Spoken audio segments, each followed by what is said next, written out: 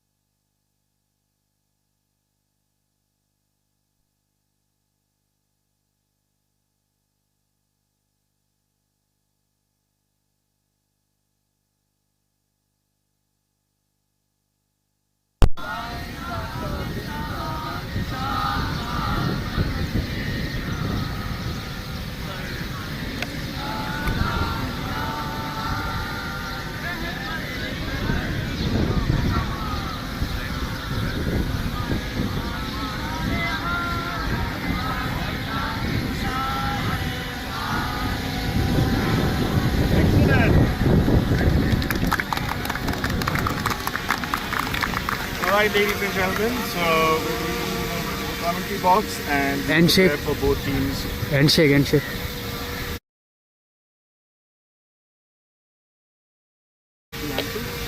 And so now we're going to head towards the commentary box and allow the teams to proceed with their preparations. Thank you very much.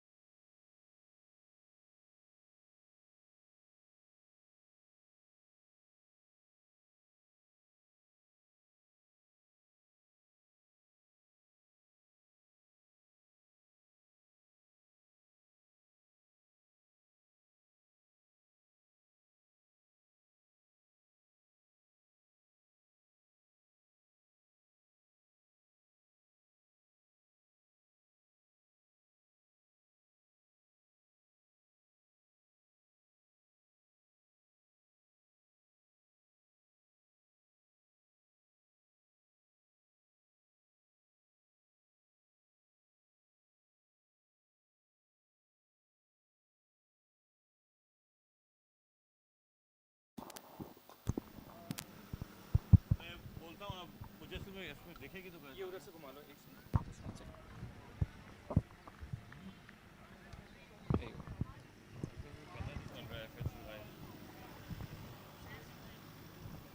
आप क्रिक heroes खोल के रखना आप गो लगा रहे हो YouTube? Say something like that.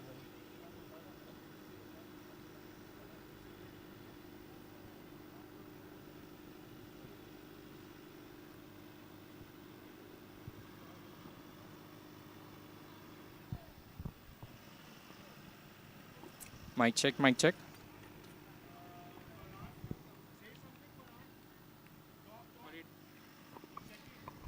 already said mic check let's see बीच में आप आ जाओ ना ये। हाँ एक second mic check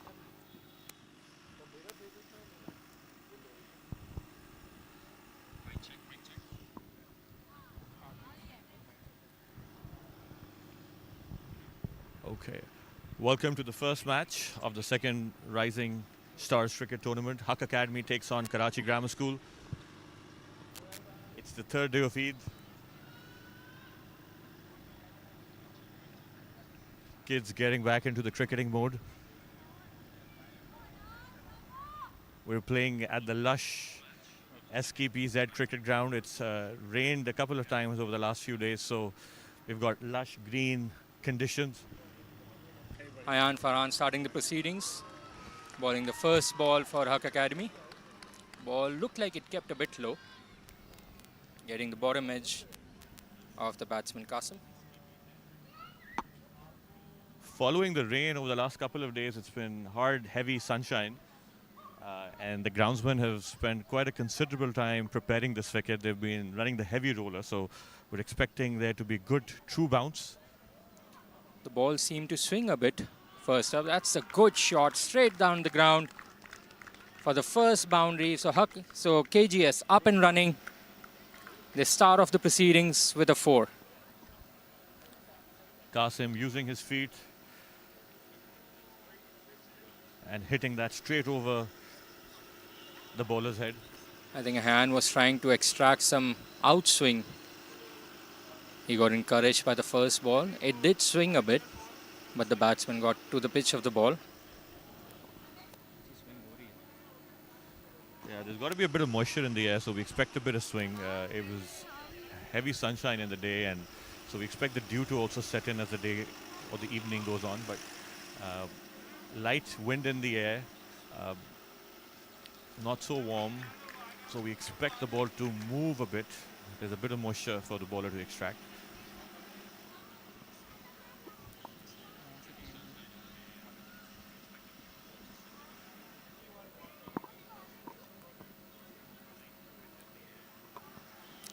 And trying to go wider of the batsman, bowling a wide ball.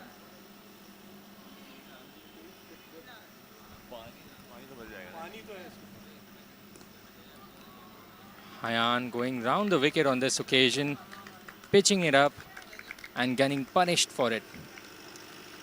Playing over the mid-off fielder for yet another boundary. Qasim showing his aggressive intent at the very onset, taking on the bowler.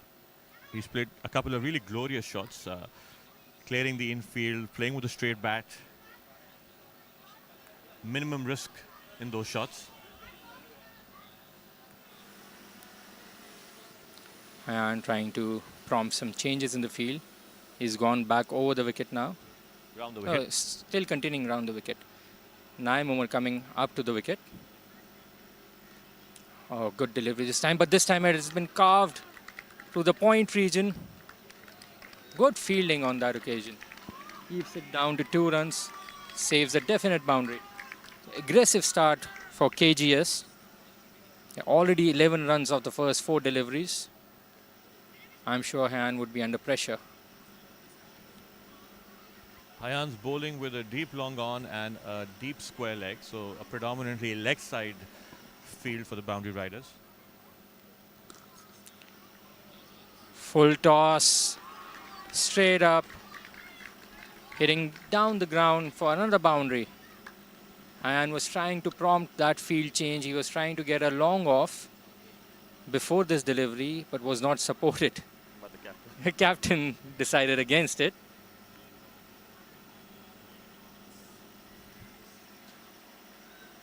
Given the kind of shots that Qasim has played, I think it's well advised that the long off and the long on field are relatively straighter. So they've got to try and minimize the gap. And I think this is a good field change. Square leg coming in and now mid off going to deep mid off position. There's a high full toss which has been called a no ball. So Hayan seemingly being put under pressure by Qasim. Hayan is one of the better bowlers in the Huck Academy lineup. He's usually very particular with his line and length.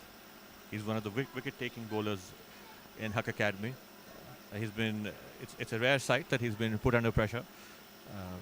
Let's see how he responds to this onslaught by the Grammarian boys. Over the point fielder this time. Full toss outside off stump, allowing the batsman to free his arms.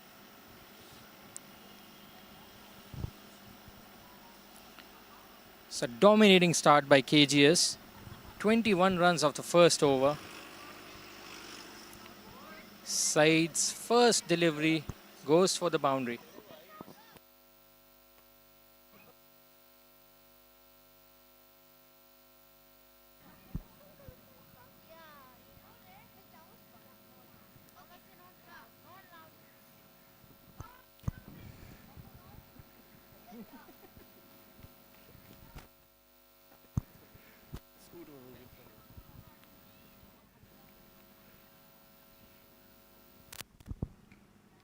Interesting change-up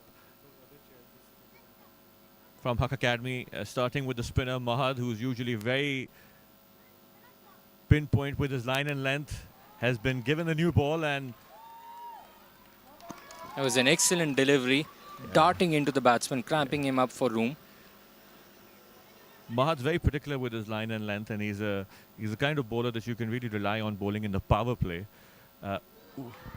Appeal for LBW and he strikes first up. First over itself. Mahad strikes, takes the wicket of dangerous looking Qasim. Cramped him up for room, first delivery, and the second one darting into the leg stump, it seems. Oh, that seemed Plum. pretty plumb. Absolutely plumb. Great bowling by Mahad. As I said, he's a good channel bowler. He doesn't spin the ball too much, particularly the new ball. He bowls a very controlled line and length, keeps it wicket to wicket, gives themselves all the options that a bowler really needs to have when bowling with the new ball.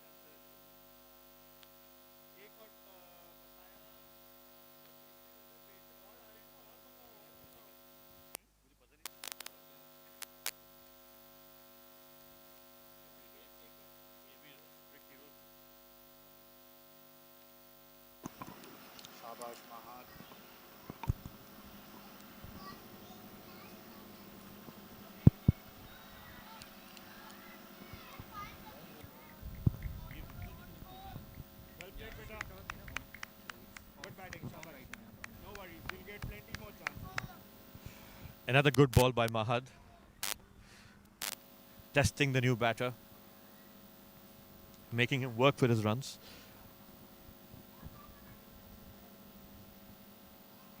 Mahad now coming in once more for his fourth delivery of the first over.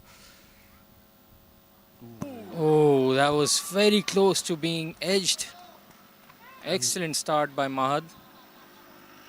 He's not giving any room to the batsman. If the batsman tries to cut him, he knows the ball is going to be too close to the off stump.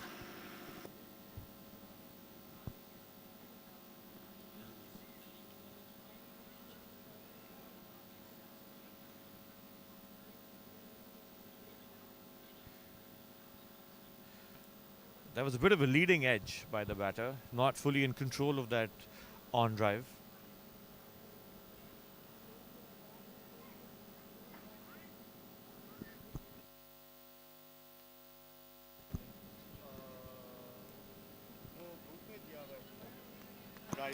Smart batting on that occasion. The fielders were right at the edge of the circle, gently tucking the ball towards the leg side and scampering for a quick single to end the over. The score now moves on to 23 at the end of 2 overs. Excellent start by Mahad. Gives away only 2 runs, only 3 runs from the over.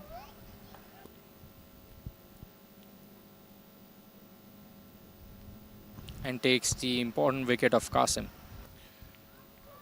Zain now into the attack. First change bowler from Huck Academy. Zain coming in, bowling from the Sultan Masjid end.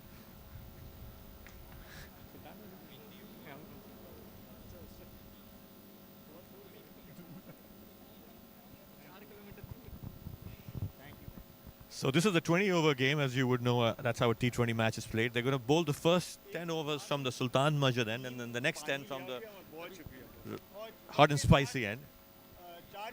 Nice start by Zain Aleem, keeping the ball in the off stump channel, right outside the off stump. Huck Academy making some early inroads. Qasim really seemed like the big aggressor, and Huck able to take his wicket in the very second over, putting the pressure back onto the KGS batters, and they're looking a bit circumspect at the moment. Looking to rotate the strike, build an innings.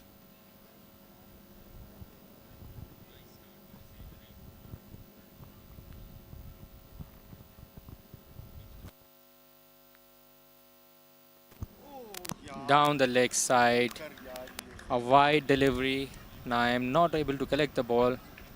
Was swinging also, goes all the way to the boundary, adds to 5 extras to the Zain total. would be a bit disappointed with that. That was a bit of a long hop down the leg side.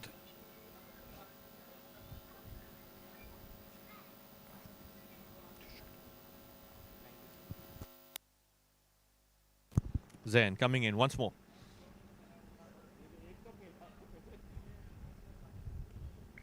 Another wide down the leg side.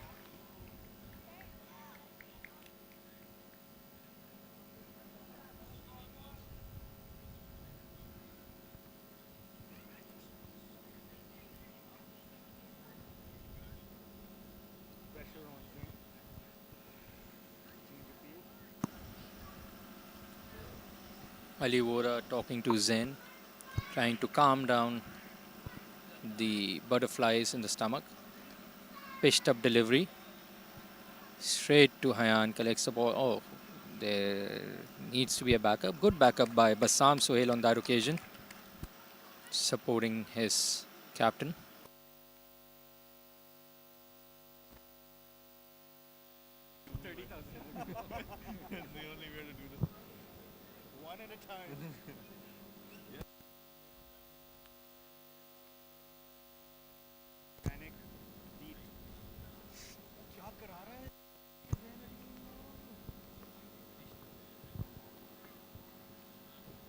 Zain seems to be struggling with his radar a bit.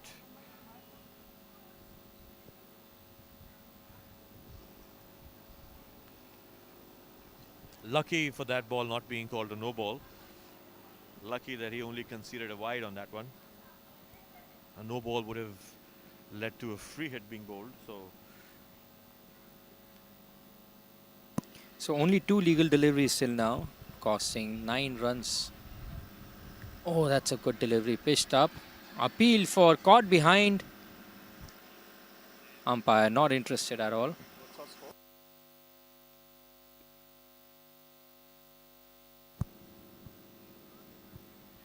KGS 33 for 1 after 2.3 overs.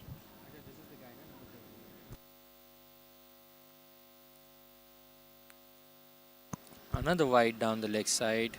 Zain Aleem struggling to find his line.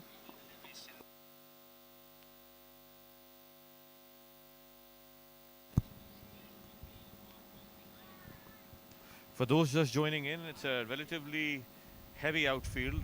They haven't cut the grass over the Eid break, and it's rained a couple of times, as you would know, over the last week. So heavy green, lush outfield. So lots of value for running on this ground. Defended and immediately take off for the single. That's a No good, chance for the fielder to cut off that ball and stop the single. Good running. that's a good forward defensive from Ayan. Ayan's one of the formidable batsmen in the KGS team. Ayan plays for the SKBZ under 15s. So this is his home ground in that sense. He also plays for the Karachi Gymkhana team. So he's an all-round cricketer.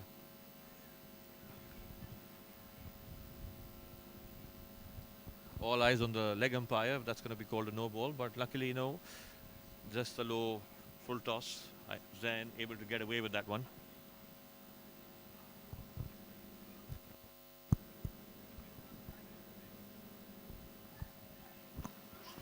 Zain seemingly finding his line now.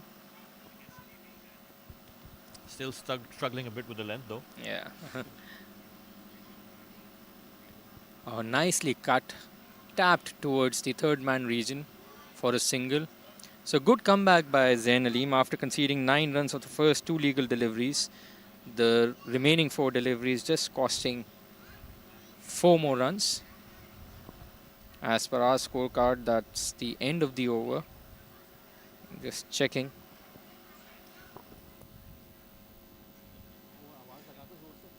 Over!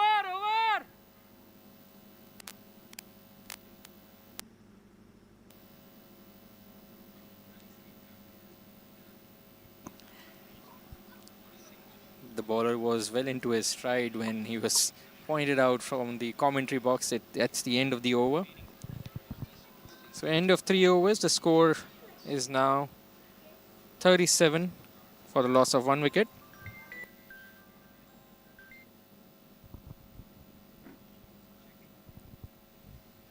.37 for 1 at the end of 3 overs. The batter asking for a change of gloves. Seems like his hands are sweating up already.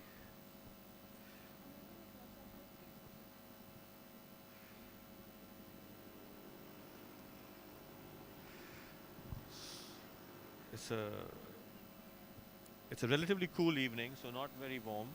So I can't imagine there's a lot of sweat, but I guess some of us sweat more than the others. Mahad now coming in to bowl his second over. He's been quite formidable with his length and line. He's one of the attacking options, left armers in the Huck Academy lineup. He's a good all-round cricketer. Provides Huck Academy with options with the ball and with the bat. He's a middle order batter who's also able to accelerate when needed. There's a good backup provided to the short cover fielder. Ali Vora running all the way from the mid-off position to back up his short cover fielder. Excellent delivery, cramping the batsman up for room. Interesting field.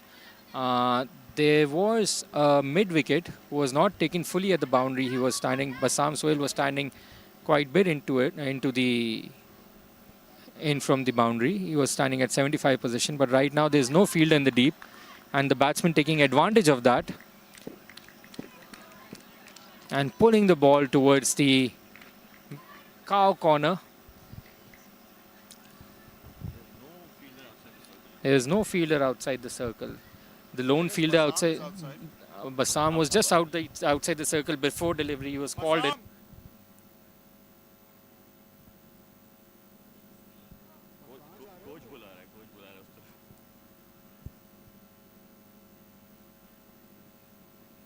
Oh, nicely tapped. The batters are playing with a relatively straight bat, so I think it's advisable for the boundary riders to be relatively straight. Mahad is bowling with one boundary rider, and that's a mid-wicket who's relatively square.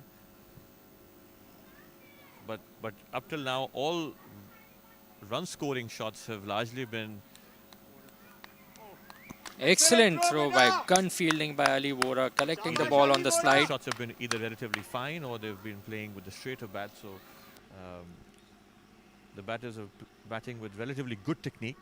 not playing across the line, and that's very important, particularly when you start proceedings with the new ball. You've got to try and play with as straight a bat as you can, because at times the ball may skid. Appeal for a run out, but the batsman putting Not in the out. dive must have saved him. Good running in between the wickets from the grammar school team. I think the key on that occasion was that he responded quite quickly to the call.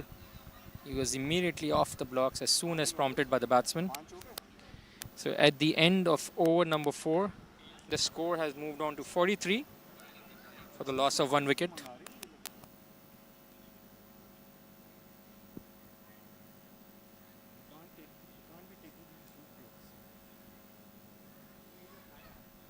Again, for those who are relatively new to the Huck Academy setup, while this is an under 15 game, Huck Academy has a number of boys who are in the 10 to 11 age group. In fact, the majority of this under 15 team is between 10 to 12. There are only a handful of boys who are 14 or in their late 13s.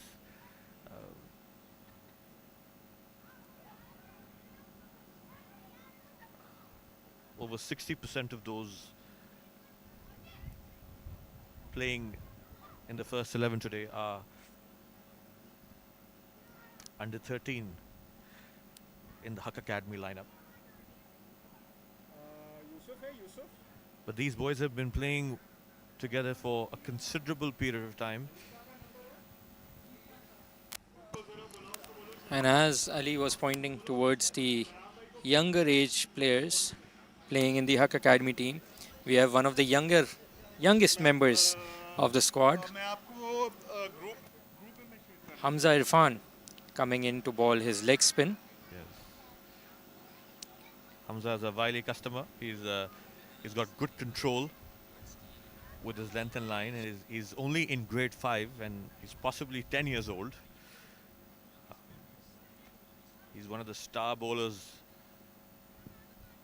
of the Huck Academy team.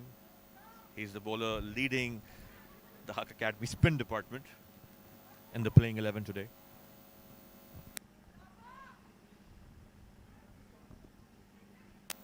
Hamza Irfan beginning his spell. A long hop to begin with. Ayan looking very comfortable out there. He's looking to build a big innings, it seems. He's not really pushing the issue. He's playing it in the gaps, looking for the singles, rotating the strike. Another short delivery. A good effort on that occasion. Good effort by Hayan, putting in the dive. That was well run by the KGS boys, taking 2 on that delivery. Hamza has got a number of variations. He bowls the leg spinner, he bowls a top spin, he bowls a faster delivery. He also bowls that odd off-spin delivery in his A loopy leg spin delivery. repertoire. Always difficult for the batsman to play the ball when it has been looped above your eye line. Creates that extra bit of uncertainty because of the helmet's visor coming in between you and the ball. And Hamza Irfan utilizes that loopy delivery quite well. Hamza bowling with 2 fielders on the boundary, a deep mid wicket and a long on. Both those positions being patrolled by 2 9th graders from Huck Academy. Faster delivery on that occasion by Hamza Irfan. And that was Well cut negotiated. to third man, but I think it was fielded by Daniel, is it? And a good throw by Daniel, hitting the wicket. First strike from him.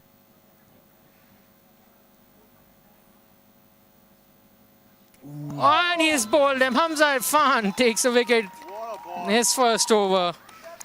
And that to the price wicket of Hamza doing what he's known for, bowling a few flat deliveries, a bit short, and now this one looping it up, dragging the batter outside the crease, making him push towards the delivery and completely being beaten in the flight. So second wicket for KGS goes down with the score on 48. Hamza doing what he does best, foxing the batter, making him play away from the body, pushing him outside the crease, dragging him.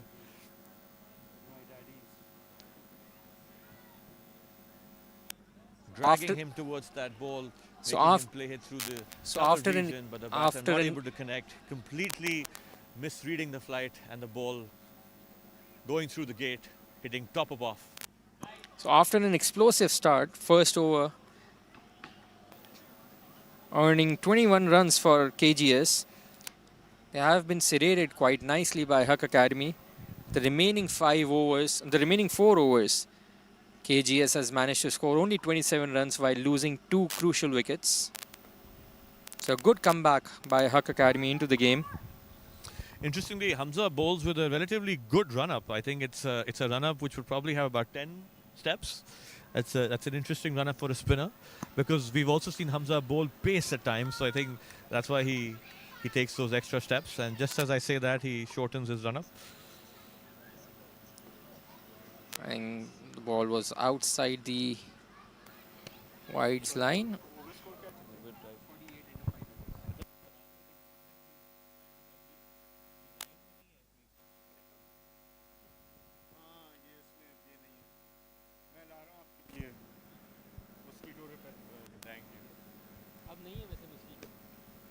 आपको पता नहीं चल रहा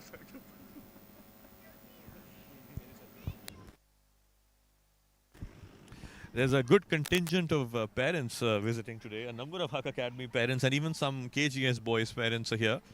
I can count 1, 2, 3, 4, 5, 6, 7, 8, 9, 10, 11, 12. At least 13 parents in the ground today, maybe 15 in fact, about 15 parents in the ground. That's a good turnout of 22 boys, 15 parents in the ground, and the number of siblings of the playing 11 also in the ground. So we've got a good turnout. We've got about 25 to 30 spectators supporting the both cricket teams today. Smad Moise continuing, bowling his third over on the trot. He's kept his figures very economical. First over conceding only 3 runs and the second one only 6. Yes. Huck Academy trying to build the pressure in this power play, trying to end the power play on a high. Yes. KGS on the other hand would try their best. We are, yes. KGS trying their You should best tune to in. not lose any more wickets and build on the good start that they had. They have lost their way a bit in the last 4 overs. The Huck Academy spinners have kept a lid on proceedings. The Huck Academy has 3 spinners in the lineup today: Mahad, Izan, and Hamza. Mahad and Izan both are 8th graders, and Hamza is a 5th grader. These 3 are the backbone of the Huck Academy bowling lineup, and all 3 have done a good job to control the flow of runs. A number of seamers are present in the Huck Academy lineup. In fact, so I'd say this is a team of all-rounders, really. Absolutely. A lot of these players are multi-talented. A very good thing, very heartening thing to see on the ground is their ground fielding. Whenever there's a throw which has come in, they have 2, 3 people backing up in case the keeper misses the ball. Mahad bowling a rare wide delivery on that occasion. So interestingly, we saw a lot of intent from Qasim. That was largely in the first over, but since his dismissal, we've not really seen much intent from the KGS boys.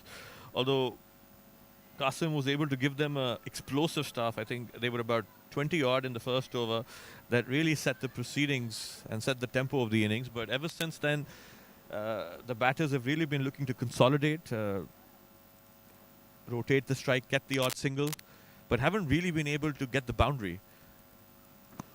Exactly what we were talking about a few minutes earlier. The first over conceding costing 21 runs to Huck Academy. Post that, the run rate in the next 5 overs has been close to 6, which has brought the overall run rate down to below 9 now. Another Last- great delivery from Mahad. With that delivery, we bring an end to the power play, the first power play of KGS innings. The score at the end of the power play is 52 for the loss of 2 wickets. Huck Academy pulling things back. Yes, a number of those runs have been either by the bat of Qasim or extras. So the other batters have not really been able to get things moving. Mahad's bowled 3 overs for 13 and he's picked up 1 wicket. Hamza, having only conceded 5 in his first over, has been given the second over by the captain, Amir Mustafa. Isa now getting ready to face his 4th delivery. Isa is joined in the middle by Ayan. Ayan, an SKBZ and Karachi Grammar School, as well as Karachi Gymkhana batter. He's an opening batter for all the different clubs that he plays for.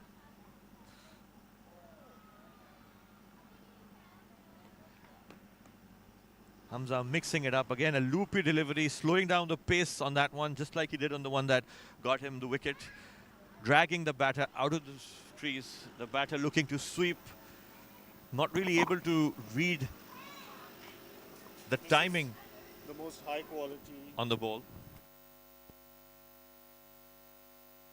Yeah, just gap on Naim Umar disappointed with his effort on that occasion. Naim Umar generally very good behind the stumps. I think he missed the stumps on that occasion. It was an opportunity for a stumping. this lead.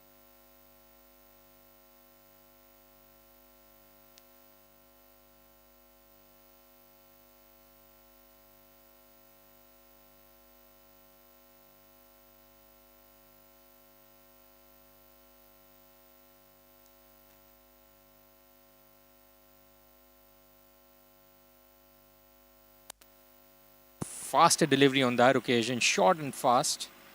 Shabash Tala! The batsman a bit late on that occasion. Sorry, Hamza. Hamza Tala. Batsman a bit late on the shot, which is why the short ball was pulled towards the long on position rather than mid wicket or square leg.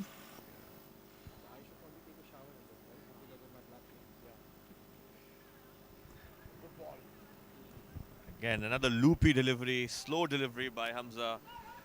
The batter having to wait on that one, having to generate all the pace for that shot. The Huck Academy fielders have been relatively good with their radar. They've hit the wicket. I think at least I'm counting. This is the 4th time that the fielders have hit the wicket. Fourth time, and out of those 4 times, twice it has been Daniel Mohib from the short third man position. So they seem to be having good fun out there in the field.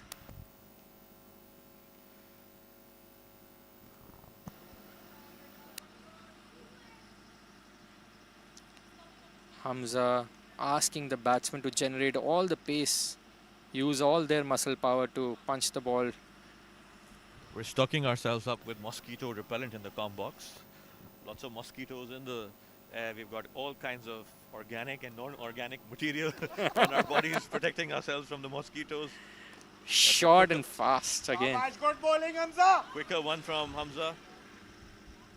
And the non-striker ball watching on that one. Interesting, he was ball watching. It seems like he wasn't really in the mood to take that single, interestingly, but I think it was the last ball of the over. He wanted to keep the strike.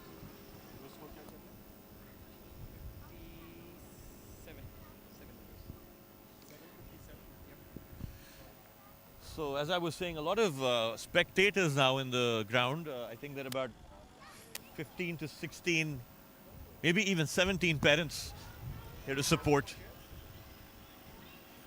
Yeah, good. boys, and then you've got siblings. I think at least a dozen siblings of the playing 11 on either side. So we've got spectators. The head count of the spectators is only increasing. You've also got a number of people watching from outside the stadium.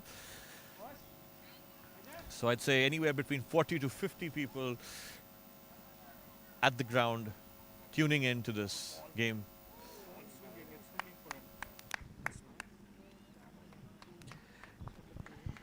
Emma Chavez now into the attack.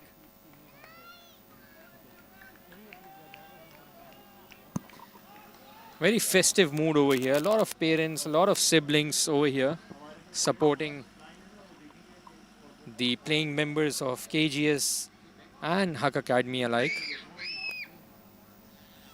He'll take a drone shot. Yeah. Come on, the ball is swinging for him. How was the second ball? Also wide. No, it was. Oh, second ball was. Come on, Chavez. They ran on it over.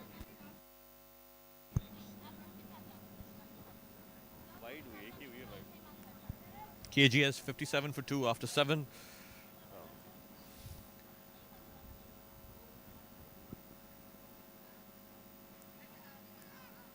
Oh, yes! An appeal for LBW. Oh, it seemed like the umpire was going to raise his fingers, but apparently he was just scratching his legs. He was pointing. He was pointing towards the ball, showing that it was going down the leg side. But I think that was a good delivery by Ahmed. The ball is moving for him. Ahmed usually generates a lot of swing. Yeah, and clearly was going down the leg side.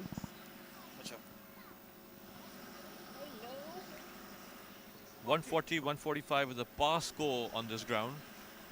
More. 160. Good ball again. I think anywhere around bowling, Chavez! 140 to 150 is around par. I think the KGS boys really need to think about getting in excess of 170 on this ground. It's a relatively small outfield today. They've got 45 meters on either side. The pitch is relatively true. There's a bit of swing in the air because of the moisture, but otherwise a bit of a belter. Pitching it up again. Interesting shot by the batter, looking to sweep on a full delivery against a pacer. I think he opted for that sweep shot because the ball was down the leg side, so he wanted to help the ball to the fine leg boundary, but Yeah, he knew he didn't have anything to lose on that occasion. The ball was drifting down the leg side, catching the back of his thighs and being signaled as a leg by. Pitched up delivery and oh, I think it was Ali or Basam Sohail not going for the catch.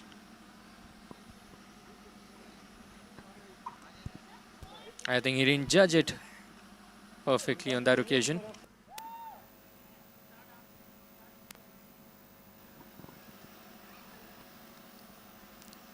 As we'll try to show you the parent body of both the schools. Oh, good delivery.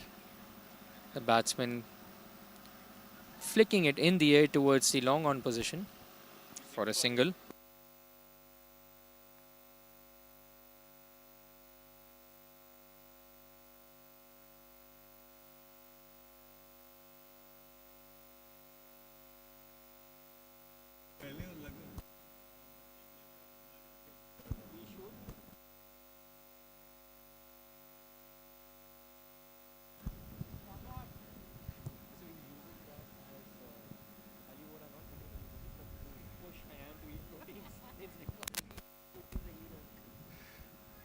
we've been following a number of these Huck Academy boys over the last year and a half. Many of these boys toured Lahore. And Ahmed Chavez amongst the wickets in the first over. So first overs for almost all the Huck Academy boys have been quite fruitful. March striking in his first over, Hamza Irfan doing the same, and now Ahmed Chavez gets the wicket, gets the all-important wicket of, was it Isa? Yeah, he gets the wicket of Isa. Syed Ayan Rafe seems to be the lone fighter at this moment. Nobody else sticking around to support Ayan on the other hand, on the other end. So KGS now 3 wickets down at the end of 8 overs. That was the last delivery of the over. The run rate now below 8 for the first time. Shazar now, the new batter. Shazar is also SKBZ is Shazar's home ground. He plays for the under 13 team. Yes, Shazar and his brother both play for SKBZ. His brother Mustafa is, I think, the captain of the under 15 SKBZ team, and Shazar and the CAS team.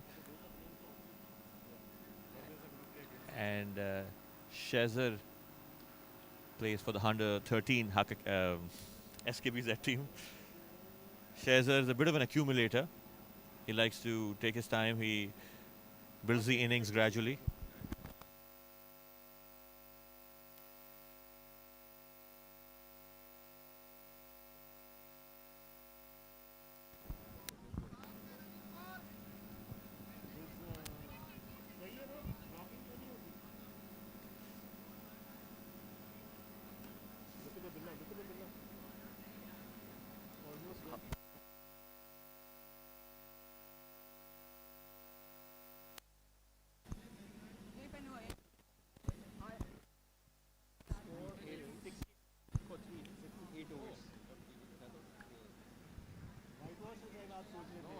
KGS now 63 for 3 after 8.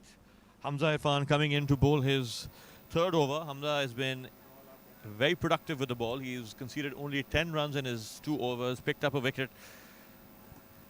and he's looking to attack, going in to pick his second wicket.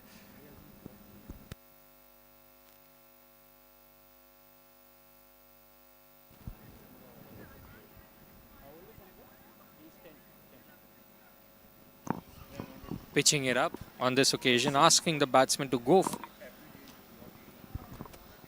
for the booming shots.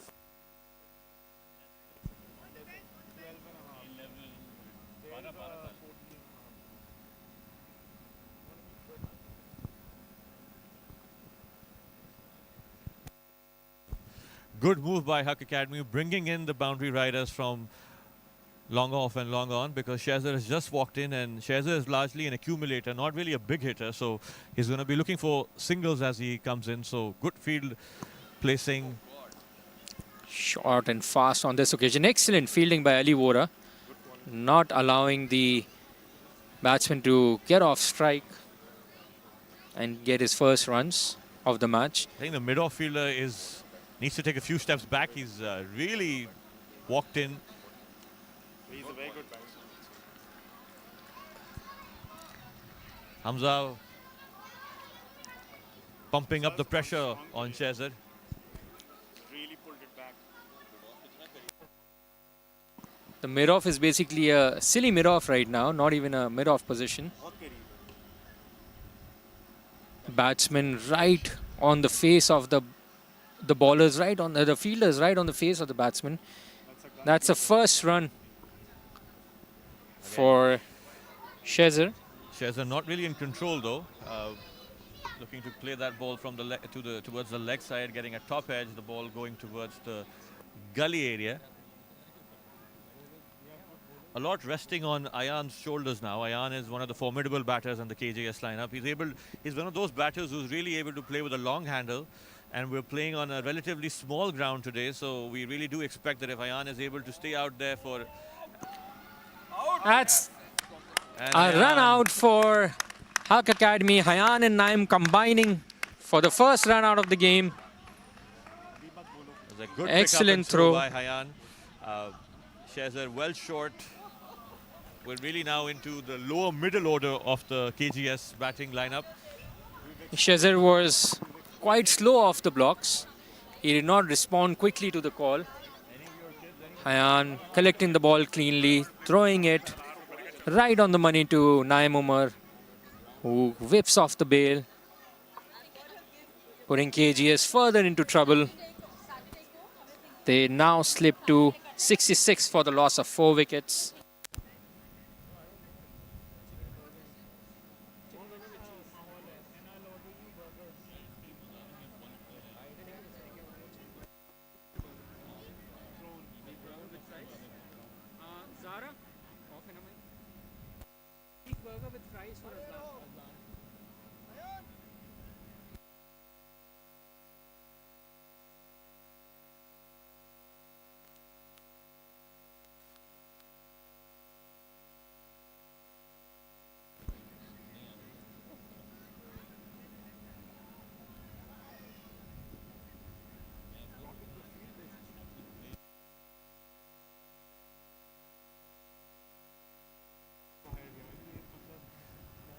A lot of the fielders crowding in.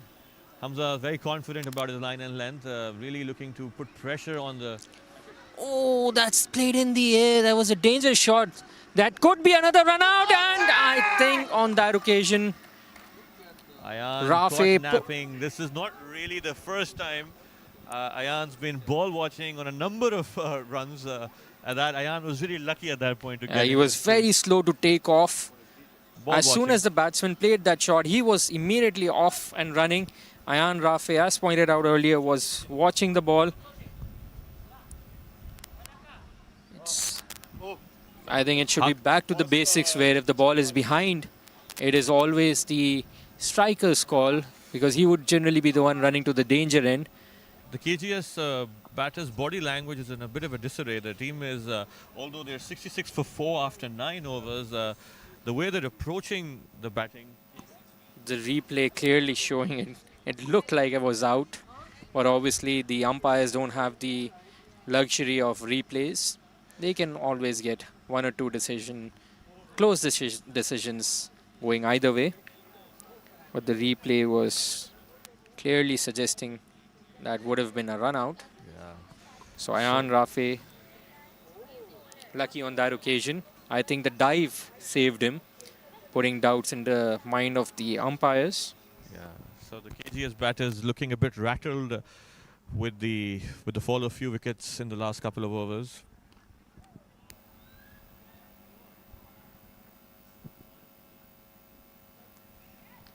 Ayan very lucky to be out there, frankly. Replays clearly show that he was well short of the crease. But it seems like the umpire giving the benefit of the doubt to the batter.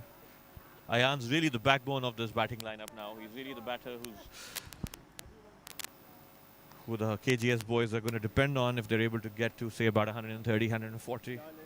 But 140 is really bare minimum par score on this wicket.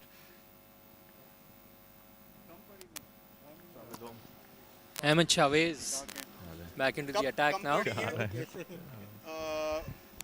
ऐसे करो कि 40 और cup ले आओ माना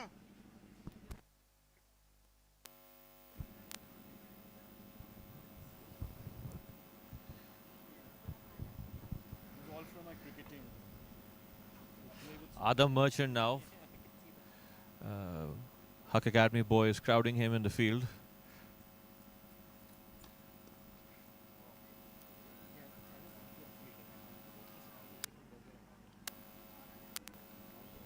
That was well fielded by Assam on very short mid-off. I mean, the mid-on fielders are really very, very close to the wicket. I mean, yeah. As being pointed out, the fielding has been creating a lot of opportunities.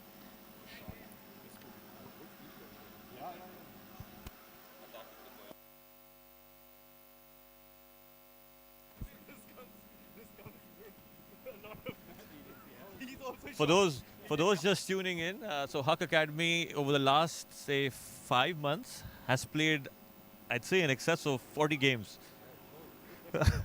And so these boys have played a lot of matches amongst themselves with teams within Pakistan and outside of Pakistan. For those, again, not aware, the Huck Academy team recently toured Sri Lanka. They whitewashed the Sri Lankan teams in Colombo, played 4 matches, won all 4 comprehensively.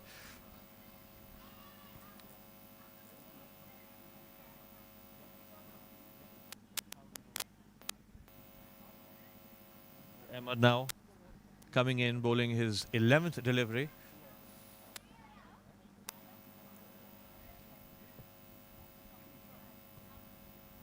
Oh, outside edge. And that could be another run out. Oh, that was close. Izan collecting the ball on that occasion. All of these boys are attacking. All these fielders are in the attacking mode. None of the boys are at the edge of the circles. They're quite in. They're trying to cut off these singles.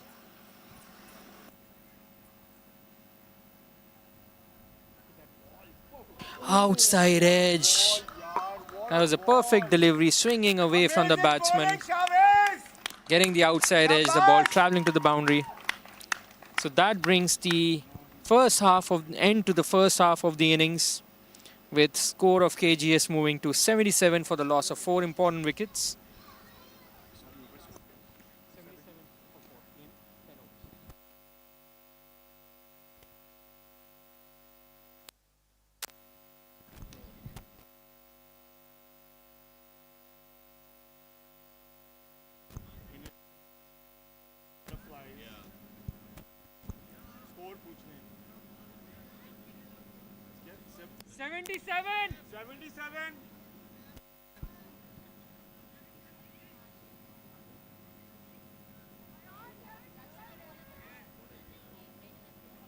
We would now have change of ends.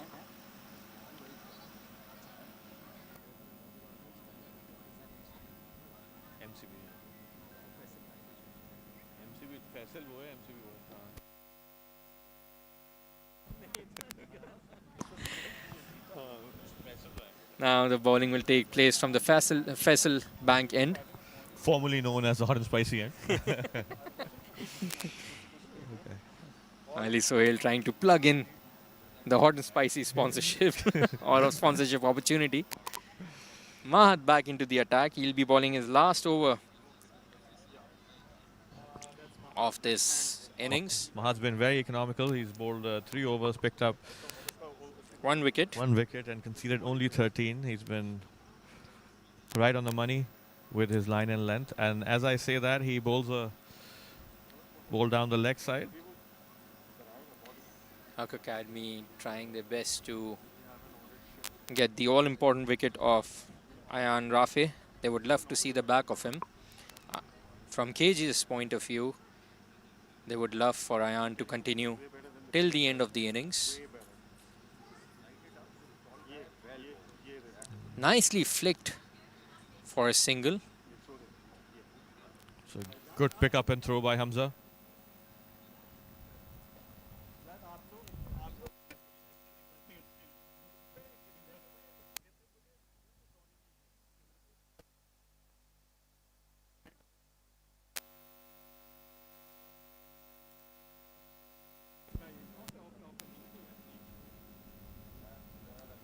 Nicely cut away. Nice fielding. And that's a direct throw.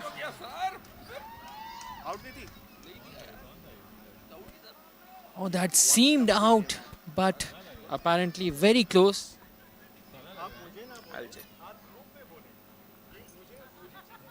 That was a good punch of the back foot. Good pick up in the inner circle by Tala, and he Slowed it up.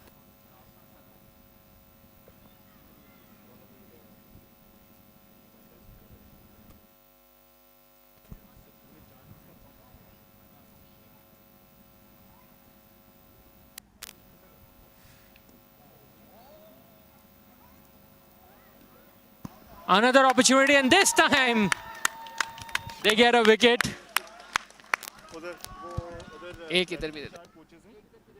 Huck Academy fielders have been on the money today. Many of the KGS boys just hitting the ball and running without really looking at the ball. Clearly the Huck Academy boys are switched on today. We have not seen a single misfield. In many ways, this is home conditions for the Huck Academy boys. They play a lot of matches on the SKB circuit. These are both Sri Lanka.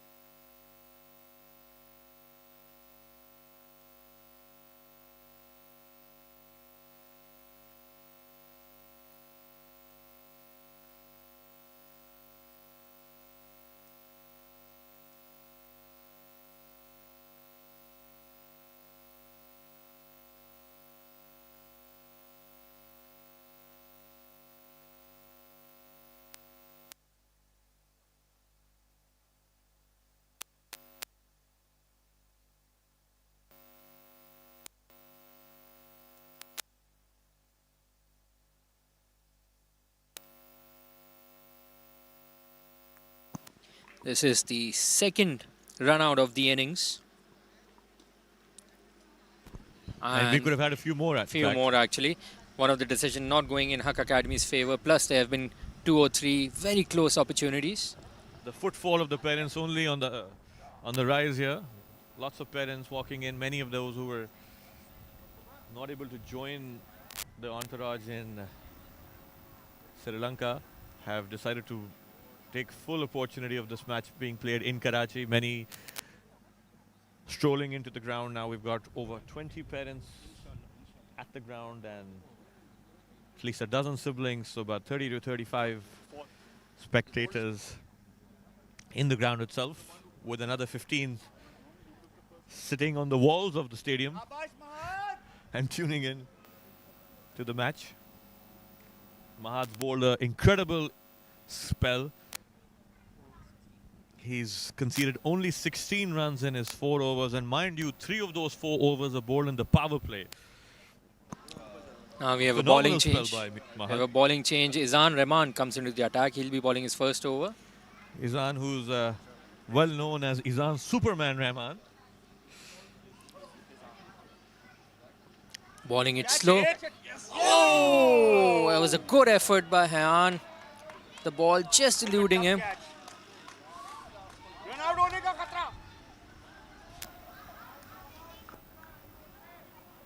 Excellent effort. Jumping in the air, getting his left arm, trying to catch the ball with 2 hands. That was a difficult chance. That was well hit. Hayan was looking to catch the ball behind his body because it was so well hit. That was a good effort by Hayan. Again, reflective of the standard the boys set for themselves. Hayan looks relatively disappointed that he wasn't able to convert that into a wicket, but very good effort by Hayan. Hayan's one of the safer fielders in the Huck Academy lineup.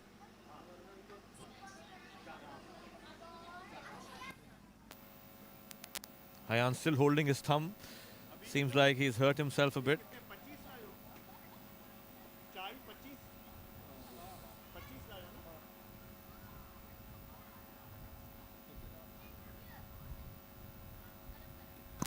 Oh, the ball skidding off the surface, just missing the outside edge. Clearly, spin is more effective.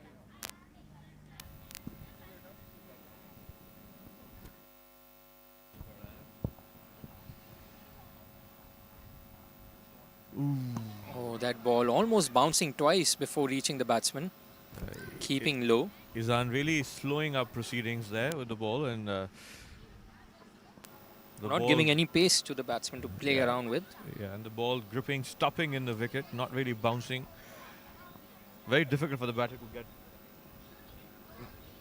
many runs of Ian as of now. A Cut good hard. drive. And another run-out opportunity collected easily by Izan. So Huck Academy fielding creating one more opportunity. It's Are Tala. you hearing that? He's saying they didn't expect this level.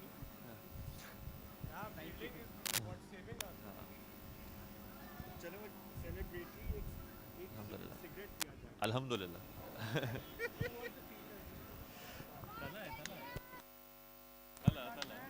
Was he on as a son?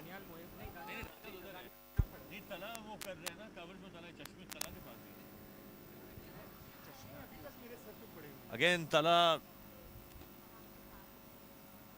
fielding very well in the cover region. He's patrolling that cover region very well. Good anticipation of the ball.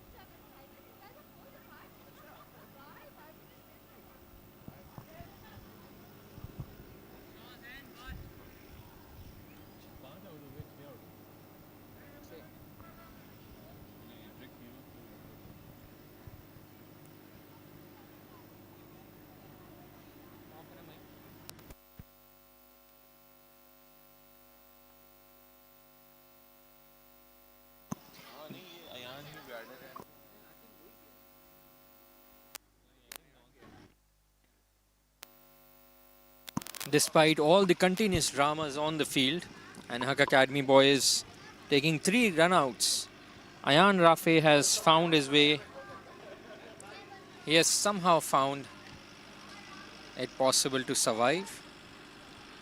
So He's been involved in 3 runouts, and on none of the occasions he's the one who has been on the danger end.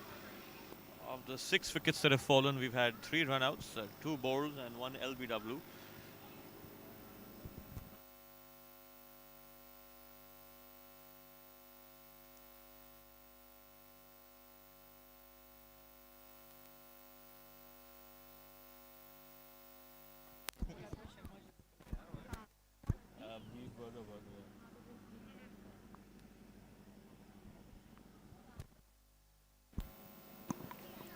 We have another leg spinner into the attack. Ali Vora. Ali Vora with his right arm leg spin. Puts a bit of pace on the delivery. So even in leg spins, we have 3 different variations from Huck Academy. We had Hamza, who began with his right arm slow and shooters in the middle. Then Izan Rahman, another leg spinner, right arm leg spinner, who was giving a lot of air to the ball. He was keeping it slow. And then Ali Vora, who bowls right arm, a bit of faster leg spin. That's good control, good line and length by Ali. Ali is one of the 9th graders in the team. He's one of the 3 9th graders. Rare 9th graders. In the Huck Academy lineup. They've got 3 9th graders, 2 8th graders, and then a couple of 7th graders, and then on Good pitched up delivery, missing the 5 graders.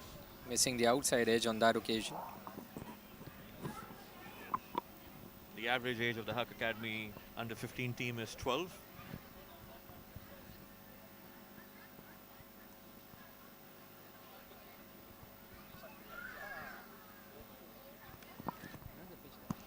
Another pitched up delivery. Nicely negotiated on that occasion. That's a good start by Ali Vora. I think one of the concerning things from KGS lens is really, I think after that really first couple of overs, you've not really seen much intent from the batters.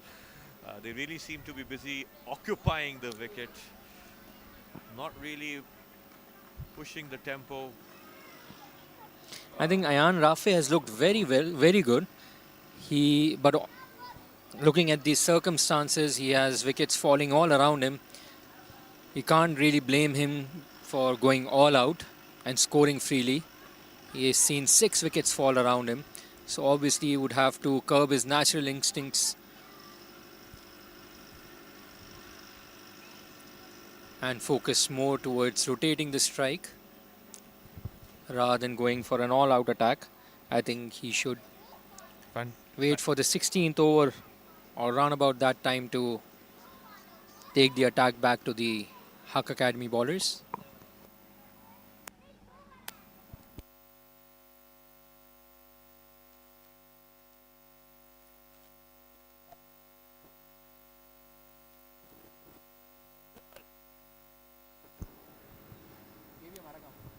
Ali Vora, fantastic first over, only conceding 1 run in that first over, and he really had the batter guessing, batter not very comfortable with that ball, pitching on off or just outside the off stump. I think the single that he conceded was on a short ball that was bowled, so the batsman got some time, was able to rock back and punch through the mid-wicket region. Otherwise, Ali was very precise with his length, keeping the batter guessing. Now Izan coming in to bowl another over. As Farhan was saying, there's a lot of variety in the spin department of Huck Academy. There are 4 spinners who've taken proceedings.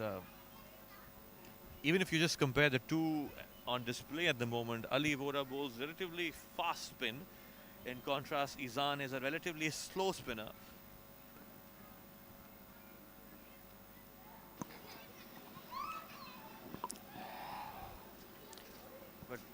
Shahzain starting slow.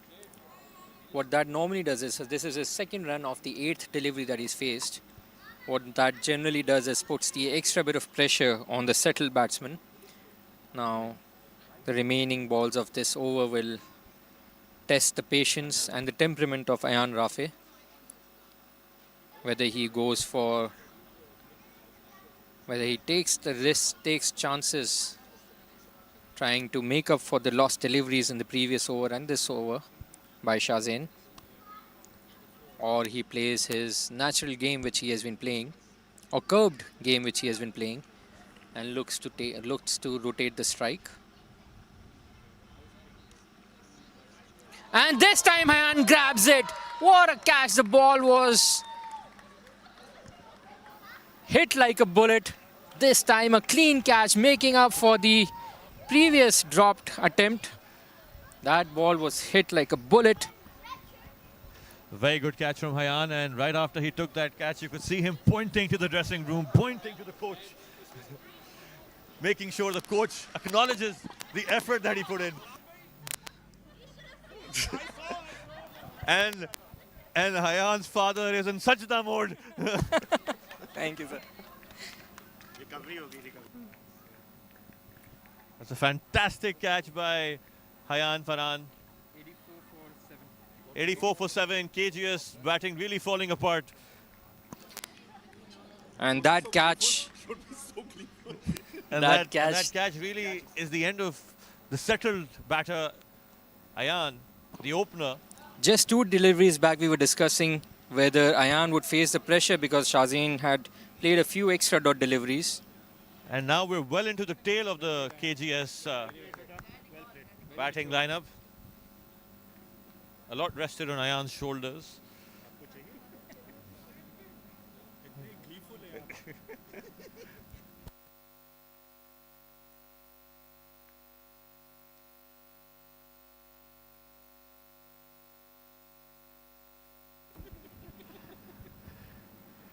Izan now coming in to bowl his 10th delivery.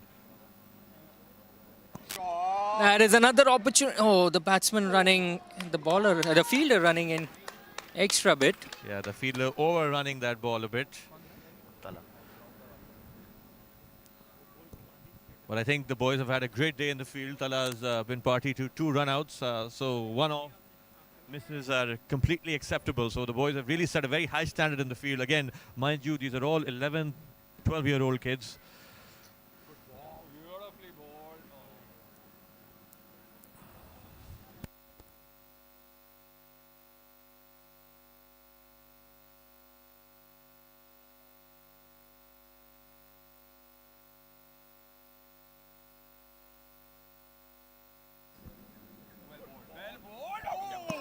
Oh, what an opportunity. What a ball. Izan, Superman, Rahman, living up to his reputation. Bowling a nice flighted delivery outside the off stump, really toying with the tail ender there. Yeah, thank God our coaches recognize that, although I'd have liked to see Zidane bowl. Nice. The batter waiting on that one, waiting for the ball to reach him. Playing a late cut.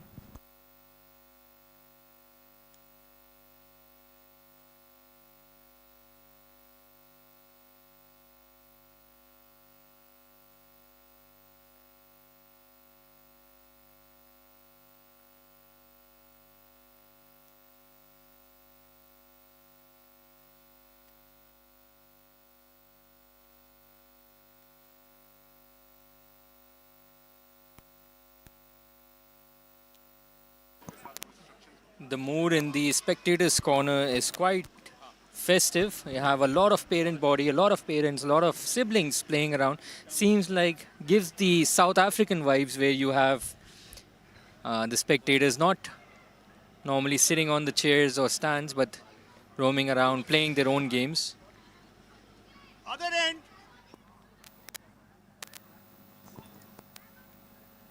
Yes, the festivity is high because there's lots of Huck Academy parents in the spectators. So Huck Academy in the ascendancy at the moment. So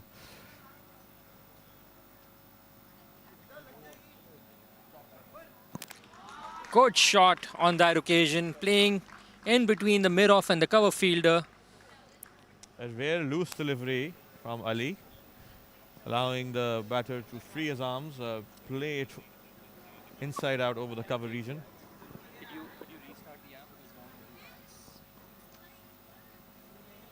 With that, Ali moving the mid-off fielder to the boundary. Now they have. Oh no, really? Basam's walking back in. No, it's not mine. I think it's yours. It's yours, Ali?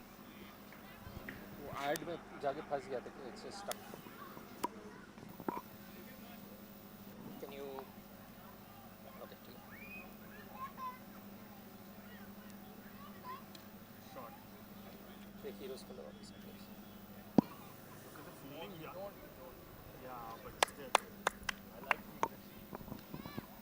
Good backup. Yeah, 93%. 90%.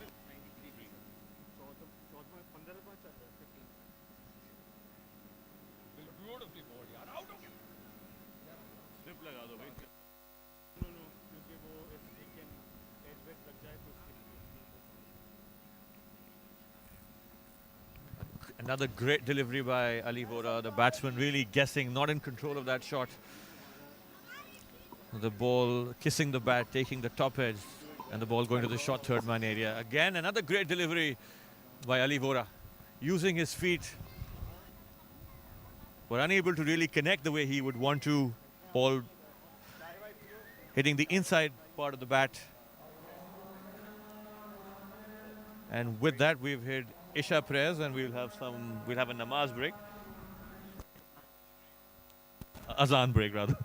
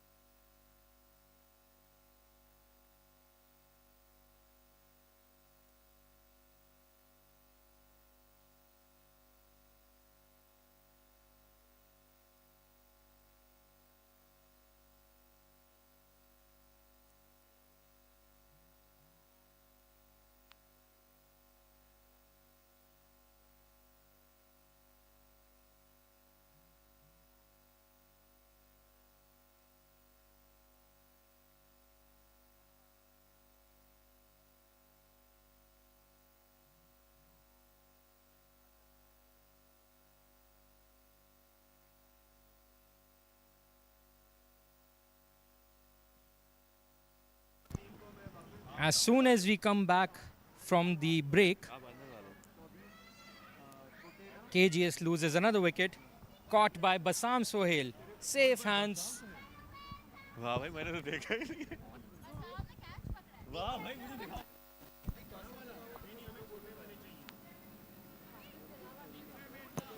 Basam displaying the safe hands, patrolling the mid-off boundary, mid-off position. Looped up. Delivery by Ali Vora. Calmly collected by Basam. No fuss.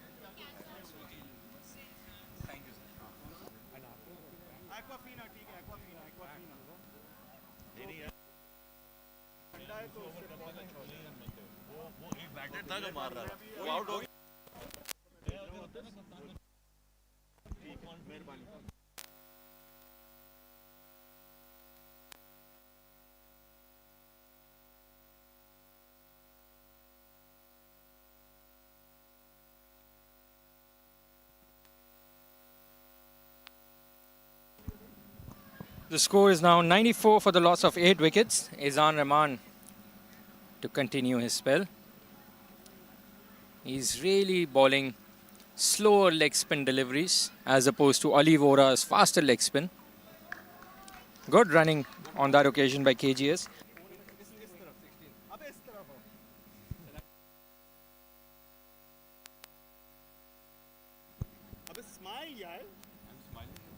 For those who are not aware of the first Rising Star cricket tournament, this is the second of the two tournaments. The first tournament was played in the autumn season, in the September-October period of last year. Huck Academy reached the finals last season in the first tournament.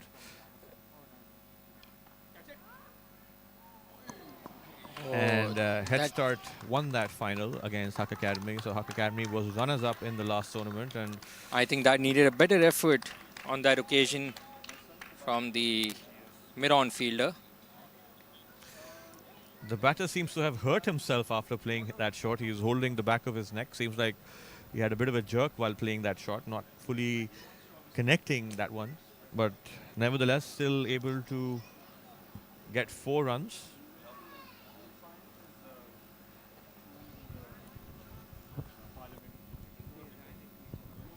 Good comeback delivery by Izan. That's a good variety bowling by the Huck Academy bowlers. He bowled that one with a bit more venom, a bit more pace. A much fuller length. Keeping the batter guessing. Azan comes in once more. Good shot on that occasion. And that's Another opportunity for an out. Direct hit. What fielding by Huck Academy. What a throw! Brilliant I think that was... What a throw! Brilliant throw by Amir, the Huck Academy captain, making Amir Mustafa. Amir making up for the relatively relaxed effort. He relatively relaxed effort on the ball, on the couple of balls preceding that one.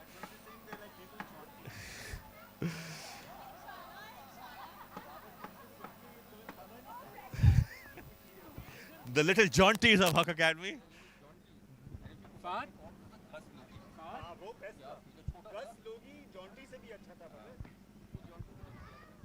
Haque Academy boys have been formidable in the field today, and we hope that they're able to maintain the same standard throughout the season. I think they've hit the wicket at least on 7 different occasions today, and of those 7, they've been able to generate runouts on at least 2. And overall, there have been 4 runouts, some with direct and some with assistance from the keeper or the bowler at the non-striker's end. So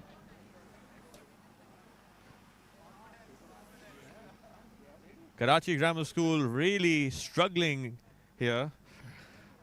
They've really not been able to find their footing after the first over. They had a very productive first over. They scored 21 in that first over, but barring that first over, there's really not been much to talk about. I mean, even the boundaries that they've been able to get outside of that first over have been Quite rare is the word you're looking for. rare or lucky at times. I'd say rare, a rare good shot, giving them a boundary, and otherwise lucky, I'd say, because a few loose balls, full tosses here and there that they were able to convert into boundaries. But outside of that, they've been really put under the pump, not been able to get away. And now Huck Academy is really looking to close out the innings. They've brought back their formidable leg spinner Hamza Irfan, who's been brought back into the attack to close out this inning. So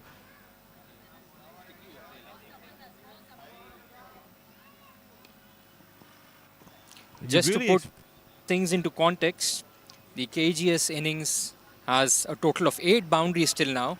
4 of them came off the first over itself. So nothing much to write about at home, apart from that first over. And just as we speak, another nice effort. Another opportunity for a run out. Solid throw by Bassam Sohail from the mid-off region. Bassam was too-minded about that. He was thinking about going for the catch, thinking to dive for that one, but that was not a chance. So I think that was a good decision that he made. He waited for the ball. And stumped. And that brings the end of the innings for KGS.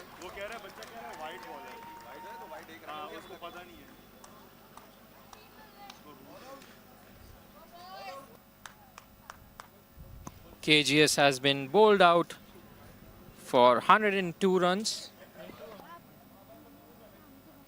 101 runs. They managed to play only 16.3 overs.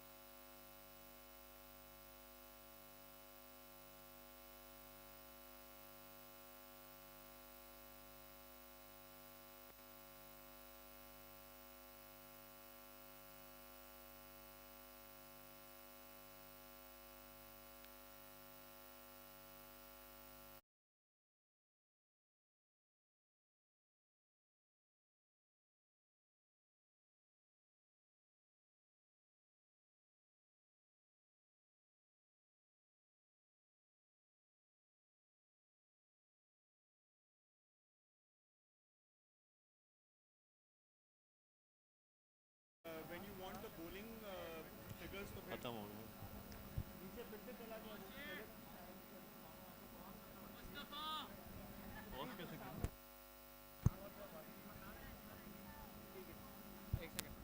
he'll have to pause it. पहले batting का लगा दें पहले batting का लगा दें. Sir how many run out in the inning तब वो 4 रन जब लग गया बैटिंग का तो बताइएगा एक second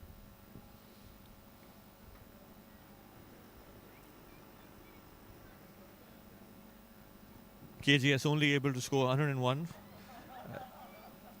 and only able to bat 16.3 overs. The pick of the batsman was obviously Ayan Rafe. He held the innings together, going as an opener, and I think he came out in the 13th over thanks to a brilliant catch by Ayan. But none of the batsmen were able to play around him, consistently losing their wickets, consistently being involved in run-out mix-ups. Yeah, only 4 of the 11 batters getting into double figures, and 3 of them in the teens. So only Ayan able to cross the 20 score mark. Outside of that, the other notable scores really were by Qasim and Mustafa, who got on 15 and 11, and then by Shahzain at the end, who scored 14. But outside of that, a very humbling and disappointing scorecard for the KGS under 15-11.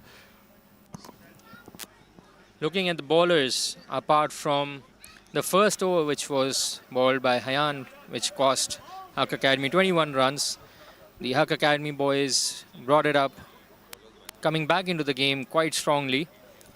Mahad Moiz, the pick of the bowlers, he gave 16 runs off his score of 4 overs, took the first wicket of the match, and Hamza Irfan. Overall, very economical and precision-based bowling by the Huck Academy spinners. Mahad, Hamza, Izan, Ali Ahmed Vora, all bowling very economically and also picking up wickets.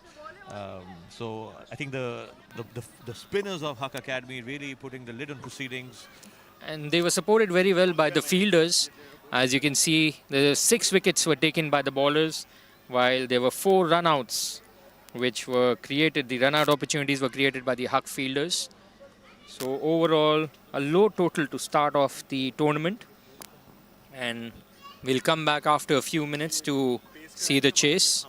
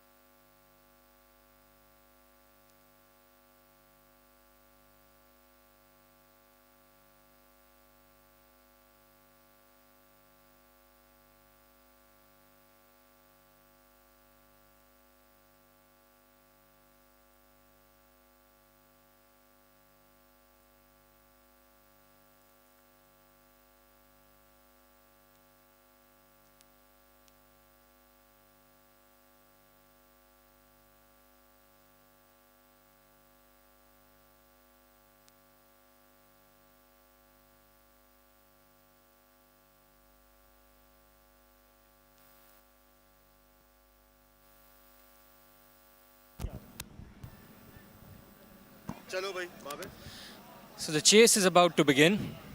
Huck Academy has sent Naim Umar, who would be facing the first delivery, with Captain Amir Mustafa on the non-strikers end. Naim Umar, right-hander, while Amir Mustafa, the southpaw, batting left-handed. KGS would be starting the proceedings apparently with a spinner.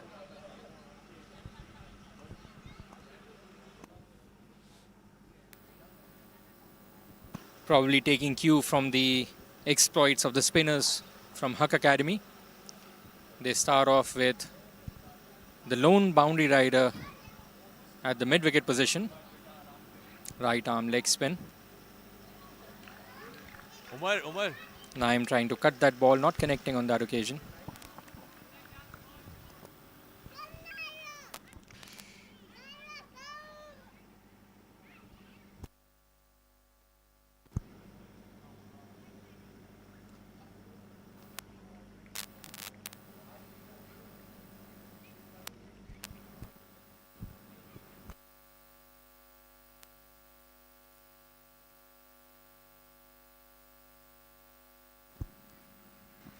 So Naim Umar off the mark. First runs for Huck Academy. With that, Huck Academy opening their account. One for no loss after 3 balls.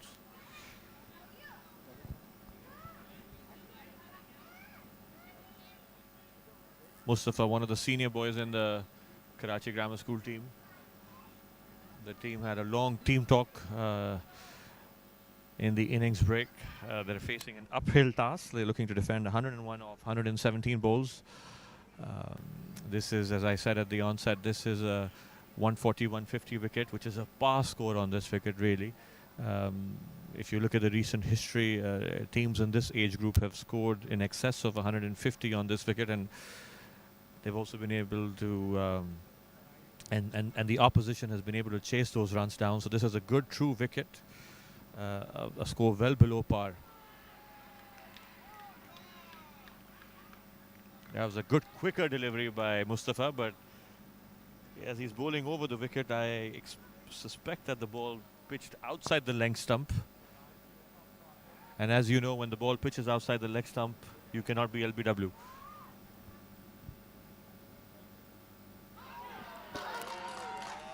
And Amir Mustafa has been bowled first up. Huck Academy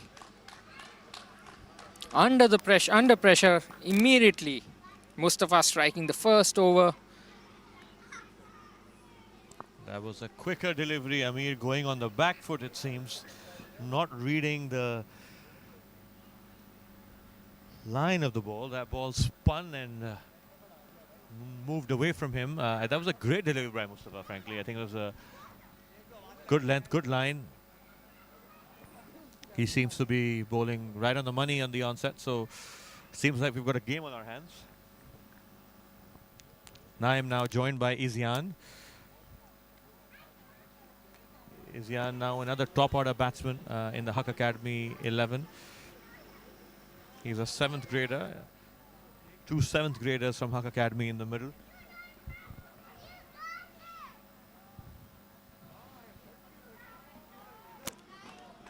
I think Zian has been in good form in the recent past. This is really the kind of start that that KGS would want. I think when they're defending a small total of around 100, you really want to pick up early wickets. And they've been able to pick one. They'll be hoping for a couple of others.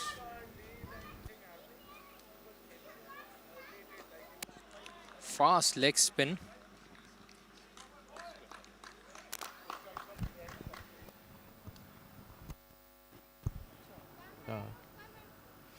A great first over by Mustafa. Mustafa's darting the ball in, really. But interestingly, he's been getting good purchase of the wicket. There is actually a lot of purchase in this wicket.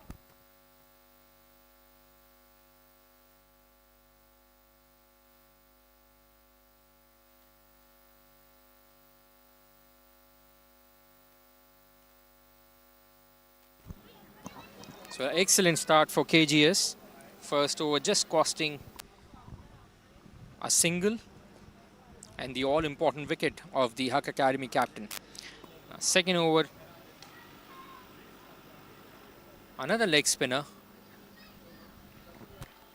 Interesting approach of Akbar onto the wicket. Lots of movement as he runs in, but interesting approach. Something new and unique, I think, for the Huck Academy batters to face. But good ball, good first ball by Akbar.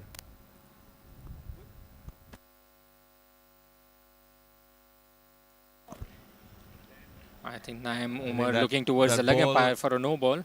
I think the second was close to a no ball, because once the ball has two bounces, you call it a no ball. But the second bounce was in the popping crease, so hence the umpire making the right decision of not calling that a no ball. Pitching it up on this occasion, Naim being very watchful. being watchful, not very unlike him. I think he just wants to make sure that the team crosses the line. Yeah, he's He is playing the situation at the moment. Yeah, they've lost an early wicket, so he just wants to make sure that they're able to get through this early phase. Excellent shot, good effort by the fielder at the short cover position. Naim comes back for a single. That's the first run off the bowling of Akbar.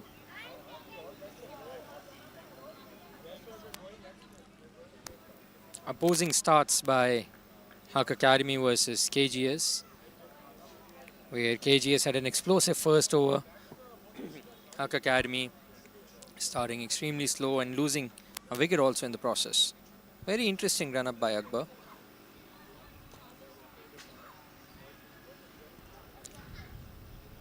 Izyan is a really fast runner. Has long legs and makes the most of it.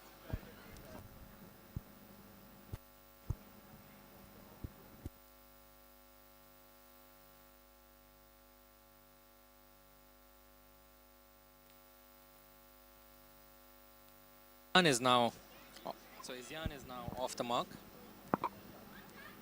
amongst the runs now. Looped up delivery. Now I'm sending Izyan back in time. Aggressive start in the field by the KGS boys. That's exactly what they need. So end of over number 2, the score is 3 for the loss of 1 wicket. Slow start by Huck Academy, but keeping in mind the total. But very unlike Huck Academy, they're usually explosive at the top. I think the situation requires them not to lose heart. It's just been 2 overs. They can take things slow to begin with. Very good delivery. Yeah, interesting field setup. I think there are 2 boundary Mustafa. riders, and one of them deep cover and the other deep mid wicket. So seems like the Top edge. Keeper had no idea where the ball was. Oh, the ball almost went back and hit the wicket. The ball almost fell back on the stumps. the keeper, the batter, the 2 more important players on the field had no idea where the ball went on that occasion. Oh, shit. Fast leg spin by Mustafa, beating Izyan on that occasion again. Naim walking up to his partner to calm down a bit of nerves that Izyan might have. I think it's Izyan is well advised to play with a straight bat, particularly when there's a fast spinner bowling with the new ball and the ball is skidding, and you look to play across the line. You need to really play a bowler like Mustafa, like a fast bowler. So play with a straighter bat. Yes. Nicely played on that occasion by nicely Izyan. played by Izyan. That's exactly what he needs to do. Work the ball around and rotate the strike. That was a very good shot, very composed shot on that occasion. So clearly whatever Naim has spoken to him about has worked. Naim cutting the ball nicely. Excellent fielding by the short third man fielder. Getting his hand on the ball stopping a definite boundary.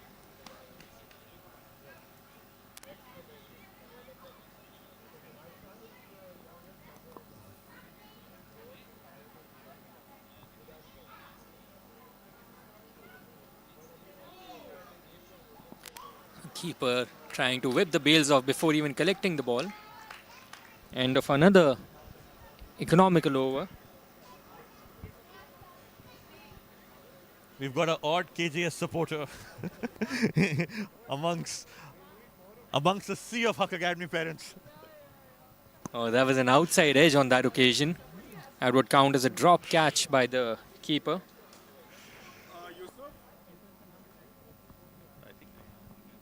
यार वहाँ से कुछ कुर्सियाँ ना वहाँ पे लाएं ताकि पेरेंट्स थोड़े से इधर इस तरफ बैठ सकें अच्छा वो ला रहे हैं Akbar continuing. 2-3 कुर्सियाँ होंगी Loopy delivery outside off stump.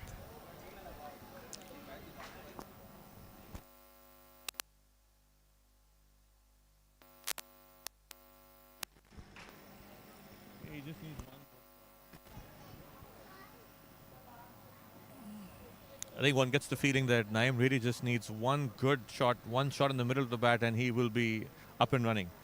I think cricket, like all sports and possibly all things in life, is a mental game. It's a confidence. I think Naeem should really play his shots, express himself.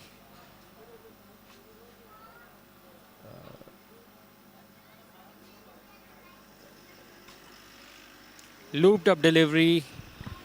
Naeem would be very unhappy with himself for not making the most of it.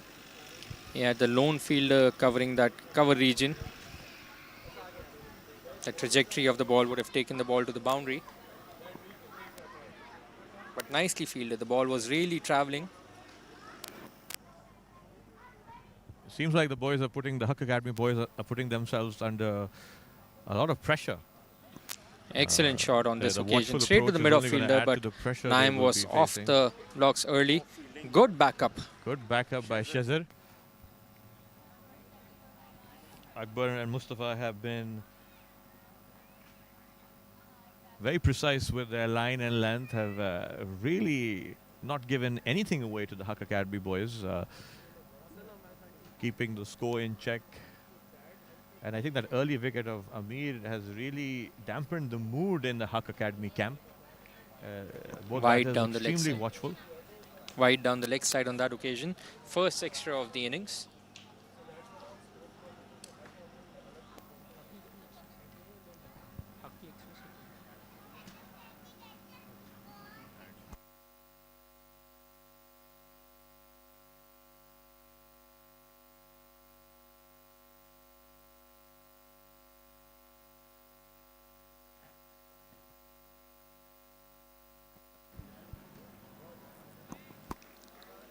There was a full toss on that occasion, missed by Izyan.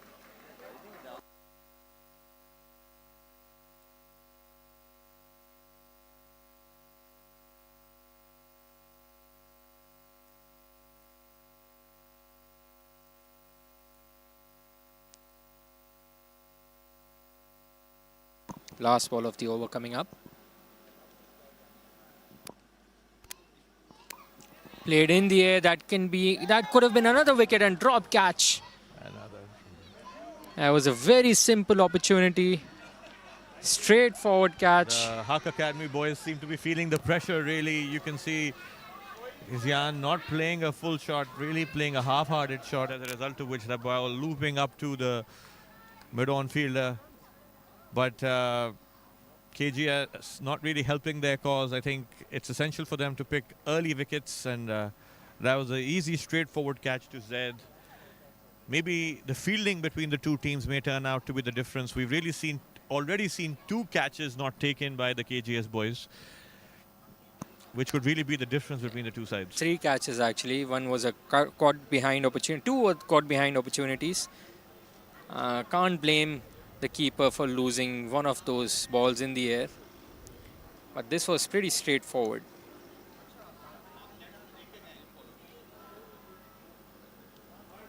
Nicely cut, but straight to the fielder. coming in to bowl his third over. Another good delivery by Mustafa.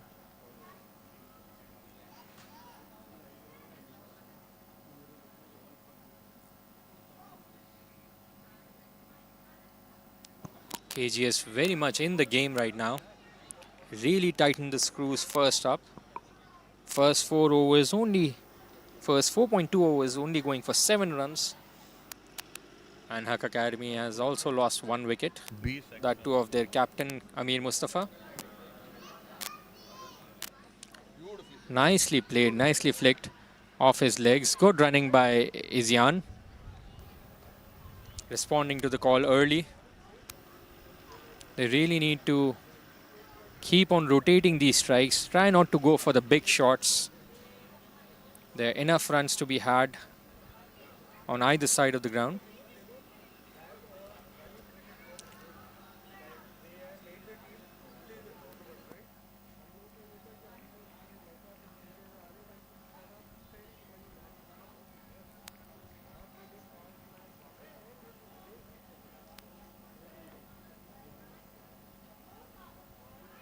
Outside edge. Good running on that occasion also. Off the blocks early.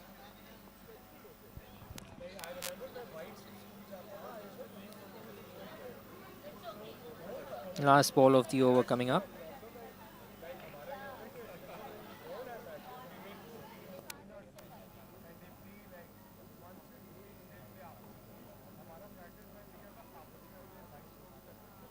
Nicely cut. A misfield on the third man region. That could have been an easy 2.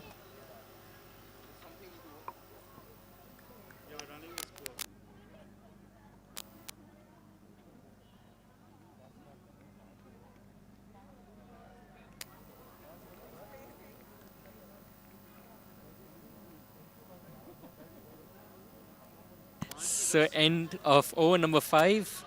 Huck Academy scored 10 for the loss of 1 wicket.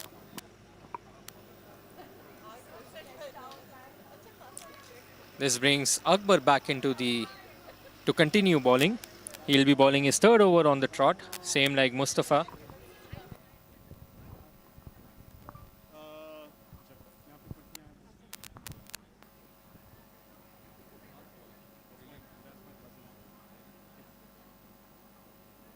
So KG is continuing with the same set of bowlers, Mustafa and Akbar. Nicely driven, straight to the cover region.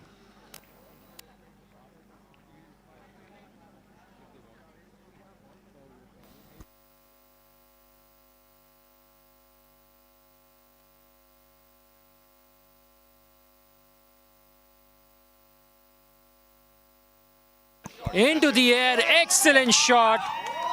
1 bounce 4. And as expected, Naim That was a release shot which Naim and Huck Academy needed. The ball was pitched up in the hitting zone of Naim, and Naim making the most of the field which is inside the circle at the moment. That was a 1 bounce 4. Just a few feet short of being a 6 over the mid-off region. Excellent shot by Naim. Naim usually just needs 1 shot to get his innings on the move, and I think that really was that 1 shot, and I think you'd see him feel a lot more comfortable after that shot. Excellent maturity shown. A 4 followed by a very good single, very mature. Getting off the strike.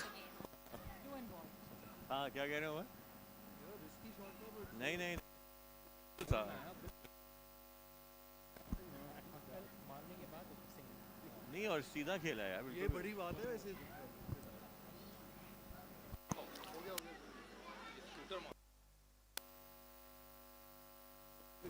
Leg spinner जो है ना जो wicket छोड़ के SVEEP ना होती है अंदर छोड़ दे क्योंकि अंदर आएगी बोल्ड हो जाएगा अच्छा वो वाला बोल्ड है बैटिंग करते हैं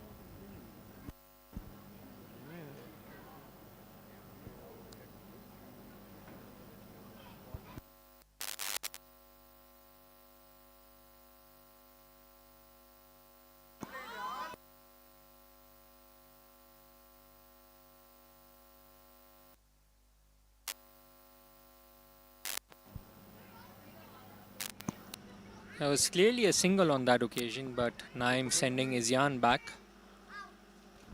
Izyan would have been on the danger end, but keeping in mind the pace that Izyan has, he would have easily made it. Nevertheless, last ball of the over, last ball of the power play coming up. Oh, almost Yorker length. Izyan beaten all ends up. Izyan looks a bit nervous out there in the middle. So end of power play. Is Jan still looking to find his feet? I think, as discussed in the prior over, I think Jan needs to look to play the ball straight. The power play clearly belonging to KGS. KGS only giving 15 runs in the power play. For them also, they need to get this wicket. Mustafa will continue bowling. He'll bowl the fourth over.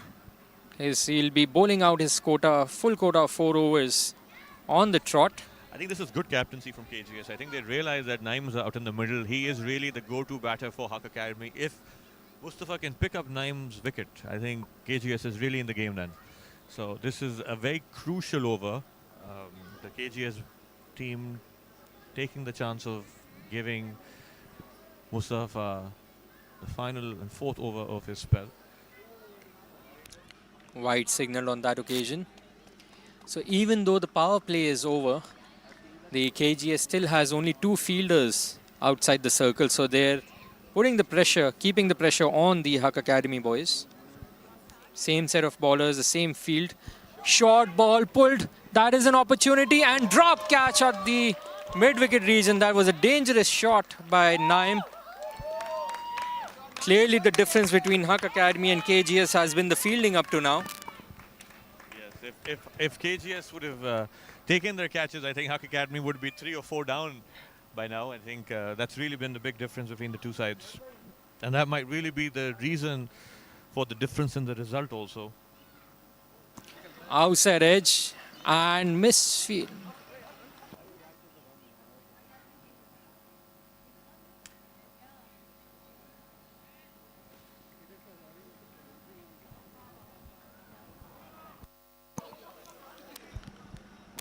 A lot of nervous faces in the dugout with that drop catch. I'm sure the Huck Academy boys had their hearts in their mouth. Outside the off stump, that is caught. And Izyan loses his wicket. That was a nothing shot, to be honest. I think Izyan not coming to terms with the grip that the ball is getting.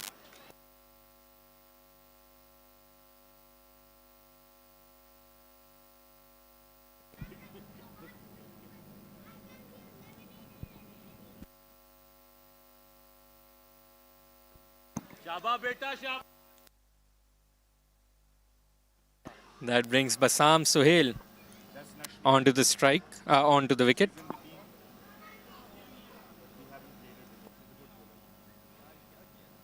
Basam Sohail really an up-and-coming batsman for Huck Academy.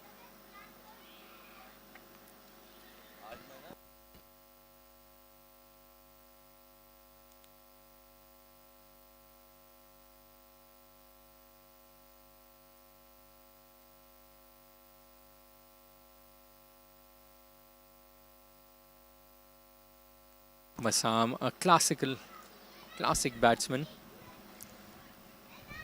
Solid in his basics. He's had a good run on his tour to Sri Lanka also.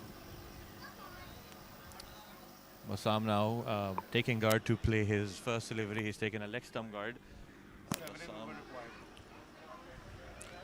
After starting the innings with a required run rate of just over 5 runs per over, the required run rate has jumped to 7 per over.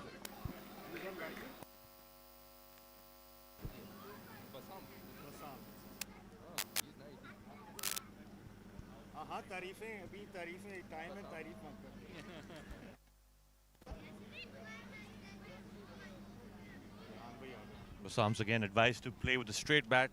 You've got to play Mustafa like a seamer, not as a spinner.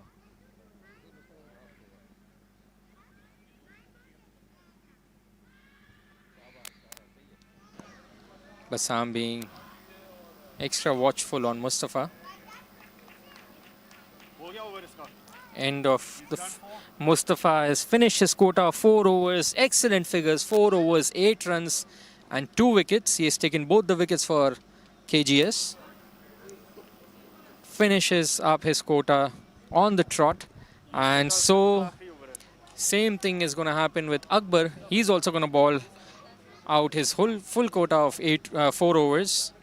So KGS bowling their first 2 bowlers out.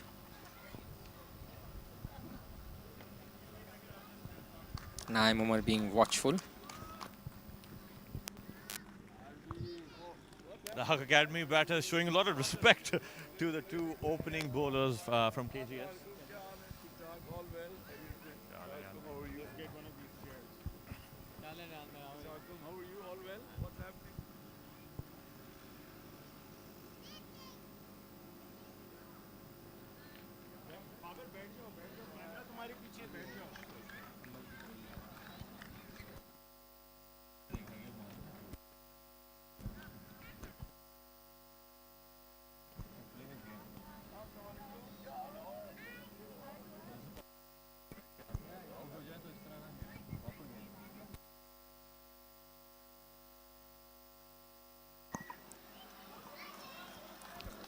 One of the rare occasions where Naim Umar has been really bogged down by these 2 bowlers. They've bowled very good lines and lengths. 2 different kind of leg spinners. Where we saw Mustafa bowling with a bit of more pace compared to Akbar. Both have had very good figures. Oh, inside edge on that occasion.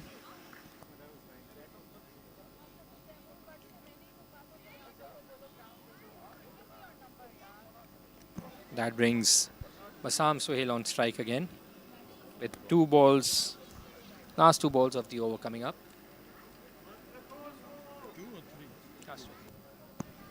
It'll be interesting to see who comes into ball for KGS after these 2 spells of being over. Faster when on this occasion, excellent flick by Basam Sohail. Basam is going to push Naim between the wickets for running. Basam is very quick in his running between the wickets. That ball was nicely flicked off his pads for a confident shot to get off the mark.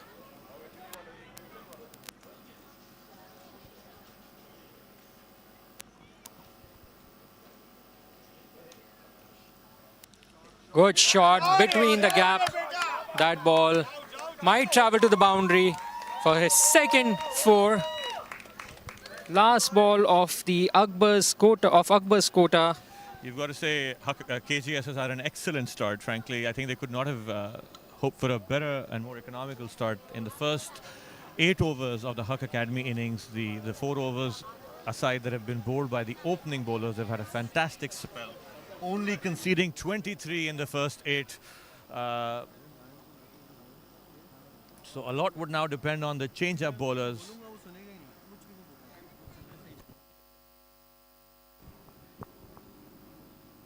So Akbar also having very economical figures. For his 4 overs, he has conceded only 15 runs. Did not take any wicket, but he kept the other end tied down also. End of 8 overs, Huck Academy 23 for 2. Shazar now into the attack. Another spinner into the attack. Spin.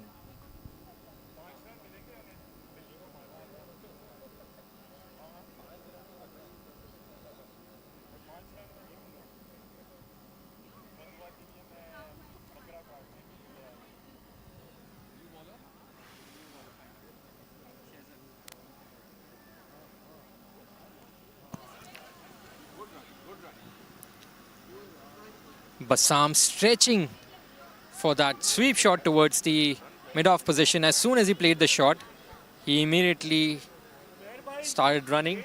Naim responding to the call. I think that is what is required of Huck Academy right now, to make sure that keep rotating the strike with an odd boundary here and there.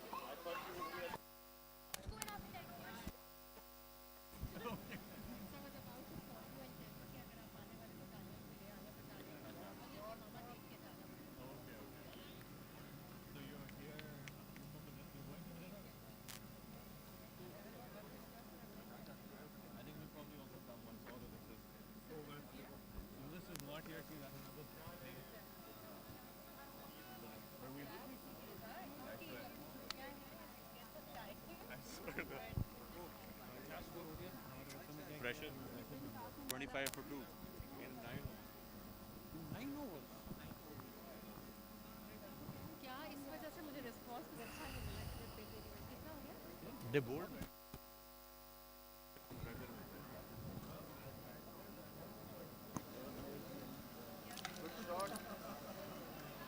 Another dot delivery. Decent start by Shezza.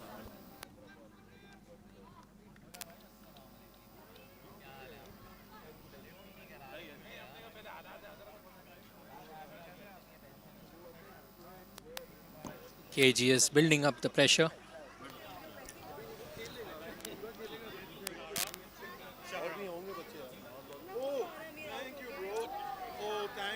That was a ball right outside the stump. SKBZ derby at the moment. There's Shezza bowling, who plays for SKBZ. Basam batting, who plays for SKBZ.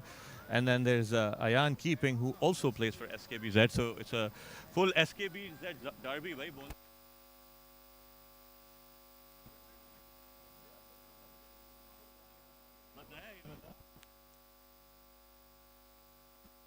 And the match SKBZ.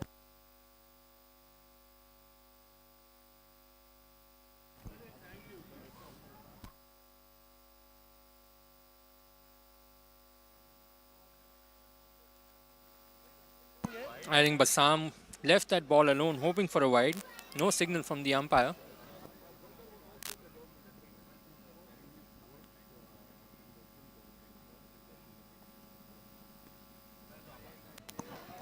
Good shot.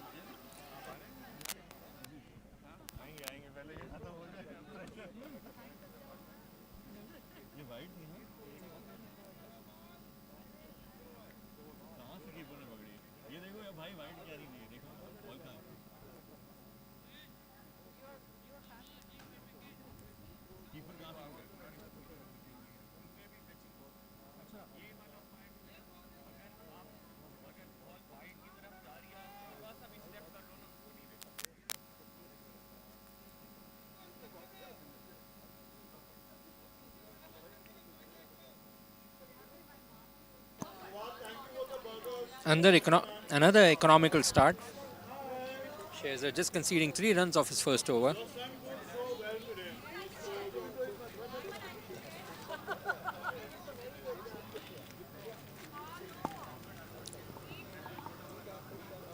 Next bowling change also brings another spinner into the attack.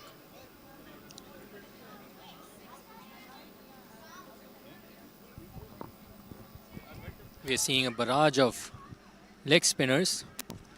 Basam jumping and flicking the ball towards the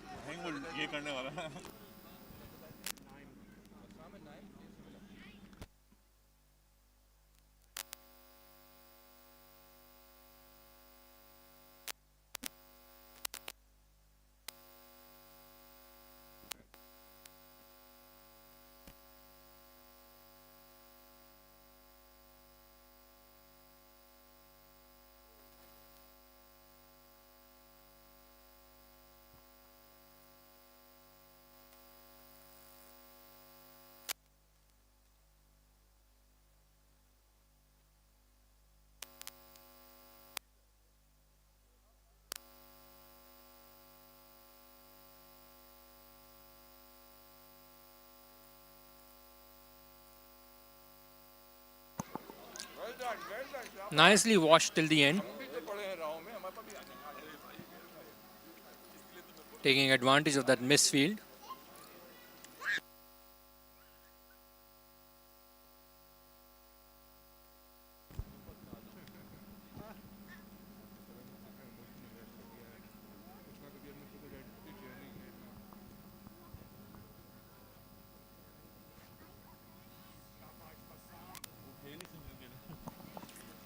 Basam taking advantage of the fielders who are at the edge of the boundary.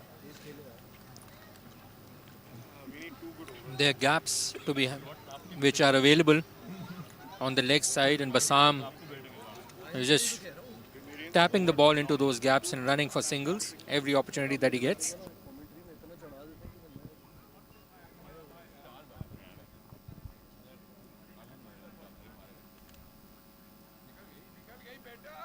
Outside edge. Excellent fielding. Making sure that Huck Academy can only take 2 runs instead of a boundary.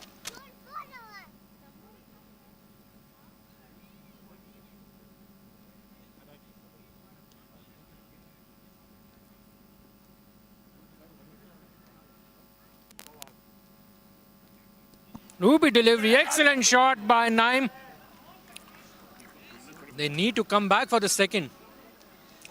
They're very slow to take the first run. Probably ball watching. Naim was hoping that that was a certain 4. But due to the heavy outfield and the trajectory of the ball stopping, not traveling all the way to the boundary.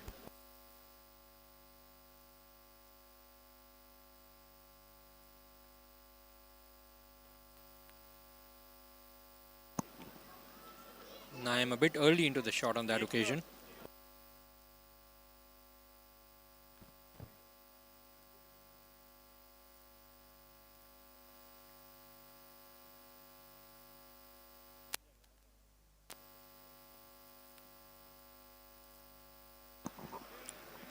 That ends the first half of the Huck Academy innings.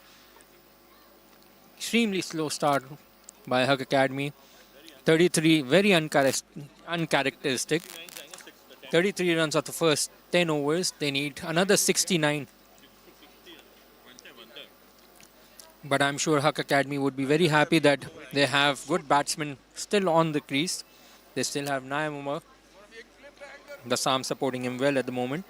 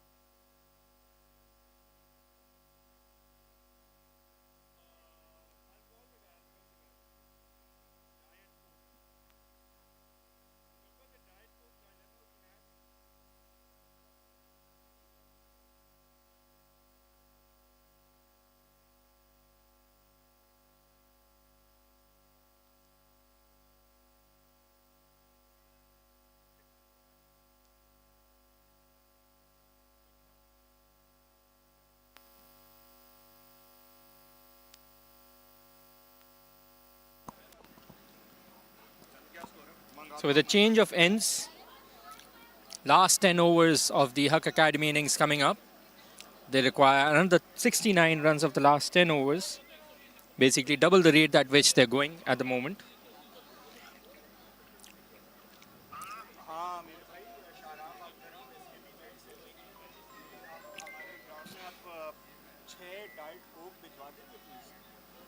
आपका Ali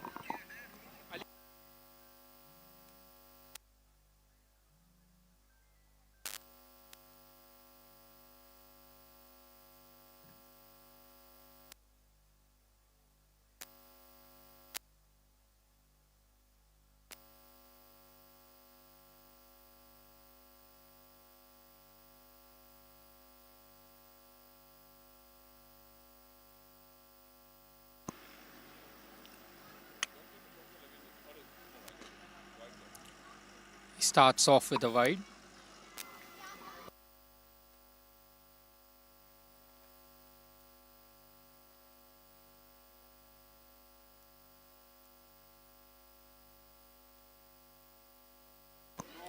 That's an outside edge taken easily by the keeper.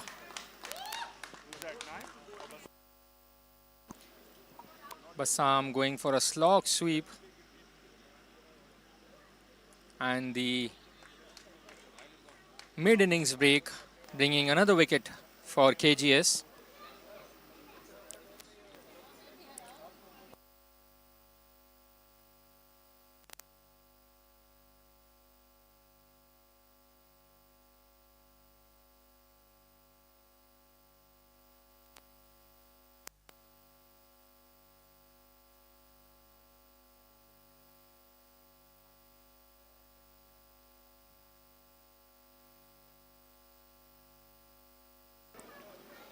With that wicket of Bassam Sohail, that brings Mahad Moiz onto the crease. As was the case with KGS, the whole team played around Ayan Rafe.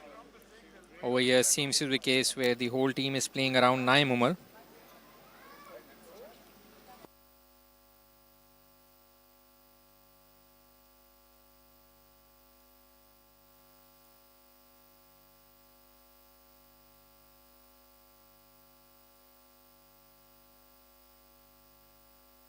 Mahad Moiz stepping out of the crease. He came back just in time. His feet went up in the air for just that millisecond.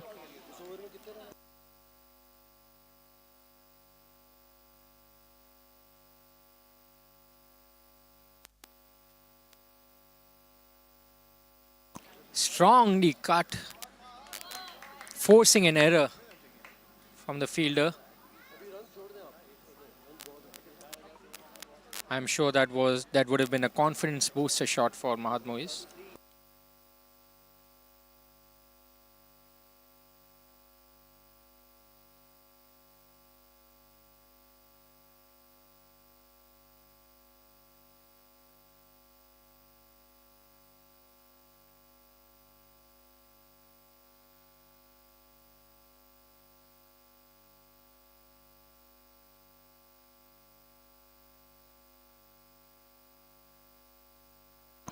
Strong cut shot. There was a mix-up in the middle. Thankfully, Mahad Moiz making it back in time. That would have been a very costly mix-up.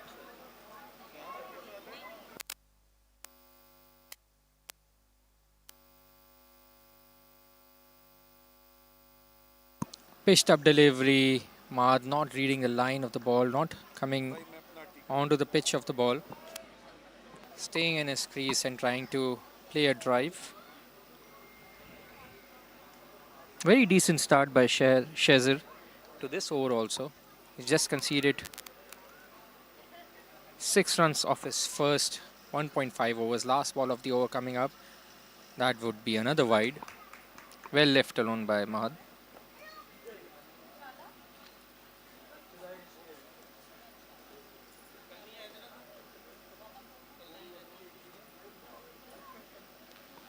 Pitched a delivery played in the air for the first 6 of the innings by Mahad Moiz. Mahad Moiz showing intent first up, immediately making the most of that pitched up delivery, hitting the first 6 of the match.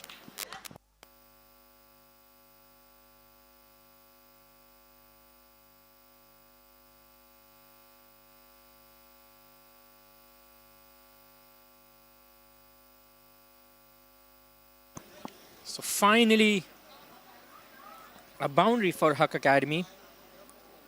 I'm sure that would give a lot of confidence to Mahad. Made the most of that pitched up delivery. The score now moves on to 43. 6.5 required run rate. Moiz.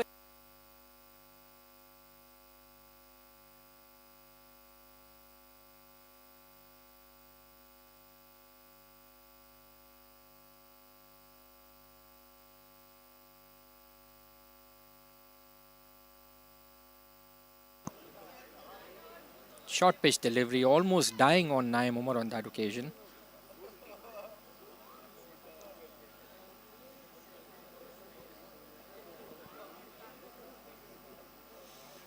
The run rate now slowly moving up to 4 per over. That's a decent shot towards the long off boundary, a missed field. Huck Academy really needs to focus on their running. They're not running the first one really fast. They're taking it really slow.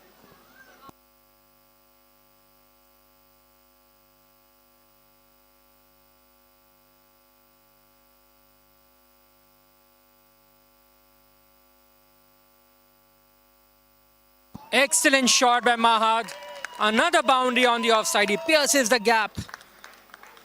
Mahad Moe is clearly the aggressor in this on this occasion. He's been sent with clear instructions. And he's taking the game on. I apologize, that was Naim Umar on that occasion.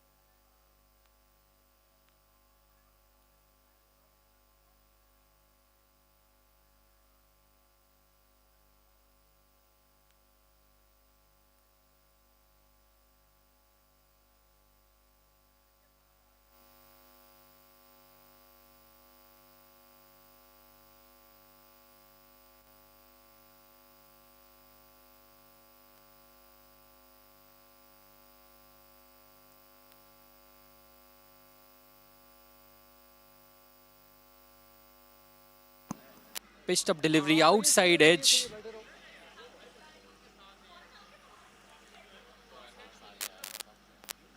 The run rate now moves up to 4.5. The required run rate coming down to almost 6 per over. Another pitched up delivery. Oh, just missing the outside edge of Mahad. Excellent ball on that occasion.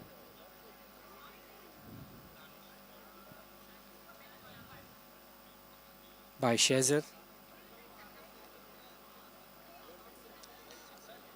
Shezer is not giving any pace to the batsman. So even the balls which seem to be over pitched create this bit of doubt in the minds of the batsmen. Stepping down the wicket on that occasion, Mahad misses the ball. And good cleanup job by the wicketkeeper, Ayan, who whips the bail off in a flash. And Huck Academy lose their 4th. The score 53 now for the loss of 4 wickets in 12.4 overs. Yeah, Mahad coming down the wicket, not getting to the pitch of the ball, hence getting beaten in the flight. There's been a lot of spin on offer on this wicket today. We've seen a lot of the spinners bowling very well, being able to grip, getting a lot of grip from the wicket. So I think if you're looking to come down the track, you want to get to the pitch of the ball to be able to execute the shot. Otherwise, there's a lot of it's a lot of high risk for you to come down the track and hoping for the ball not to spin and for one to connect the ball. But in any case, a good handy knock by Mahad. He helped change the tempo of the innings. Huck Academy very much in the hunt. It's been a very good fighting performance from KGS. I think when they got out for 101, one really felt that it may be a one-sided contest, but KGS has bowled really, really well, making this a hard-fought battle for Huck Academy, and it's frankly anyone's game at this point.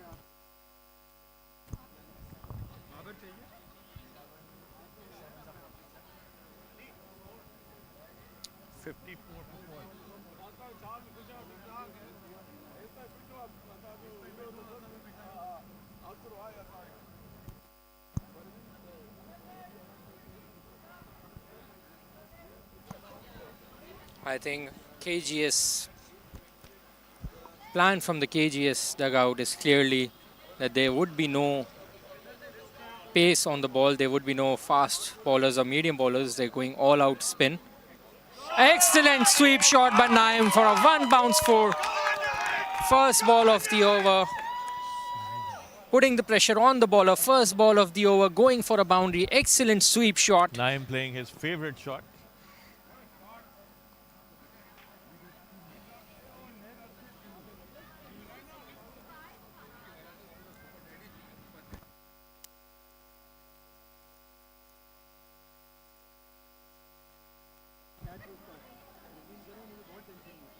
Naim moves on to 37 from 39 balls.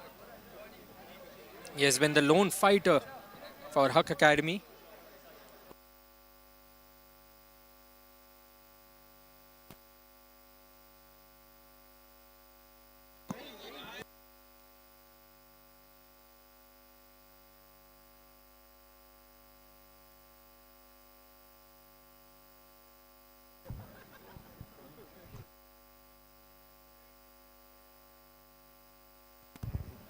There are clearly some nervous faces all around the ground. Things a very From tense game, KGS as great well as Huck atmosphere on the Academy. ground. Lots of parents having walked in. I think there must be about 50, 60 people at the ground tuning into this match. So, and at least, and I can see that about 35 people who've tuned in live on Crick Hero. So lots of interest in this game. But a great atmosphere on the ground. Yeah, another 45 viewers 44 watching live, runs. 46 watching live on YouTube. 44 needed of 40. That's Well wide. left.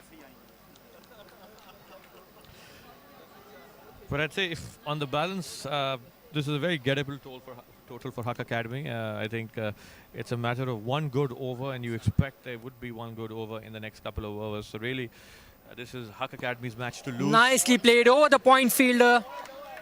And That should be an easy two. I think KGS has had, I think there are a couple of catches that they dropped at the onset, and particularly the drop catch of Naim Omar. I think that would probably come and haunt them at this point, because if Naim was in the dugout at this stage, I think the equation would have been very different. Naim is really the backbone of this Huck Academy 11. He's had a fantastic run. Another shot leading in into that this region, game, but this time, for thankfully. those who've not been following Naim game over the last in the last 15 innings for Huck Academy, Naim has scored at least 6+ hundreds in the 15 innings that he's played, and when he's not scoring hundreds, he's usually scoring 50s. So he's a formidable batsman, the backbone of the Huck Academy 11. Ryan Mas. It seems like a lot of the batsmen are struggling to time the ball today. Seems like the ball is. I think this looks like a wicket where you need to give it just an extra bit of time. Let the ball come onto the bat. On that occasion, we saw Ryan Mas trying to muscle the ball towards the leg side region, getting an inside edge.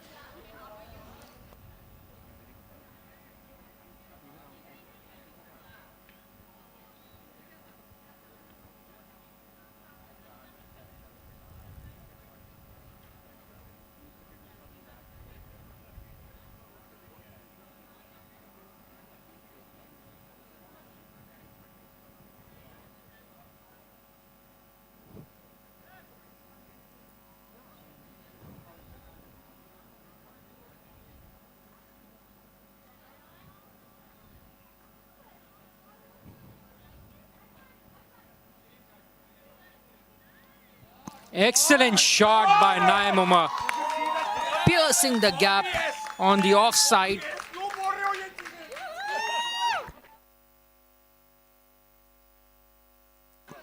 This has really been the over that Huck Academy was looking for. This is the only one with this one. This is the only one who lasted 17 runs from that over. 13 runs, sorry, apologies. 13 runs from the over. That is really the over that Huck Academy hoped that they would get pretty soon.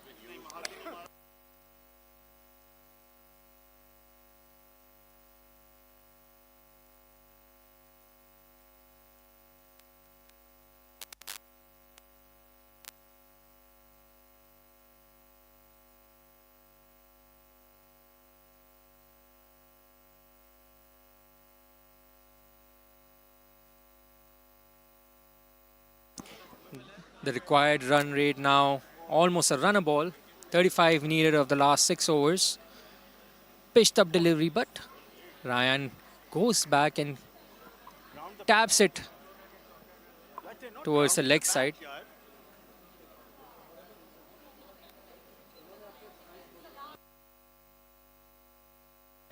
The first 10 overs of Huck Academy made 33 runs. The next 4 overs, Huck Academy has made 34 runs, pulled towards the mid-wicket region, dropping just short of that mid-wicket fielder.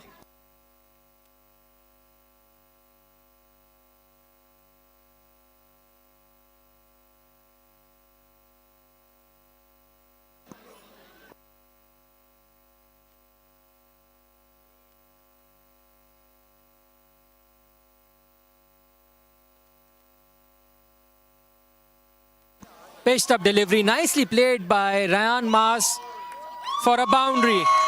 Misfield results in a boundary. Over pitch delivery. Ryan Mas making the most of it.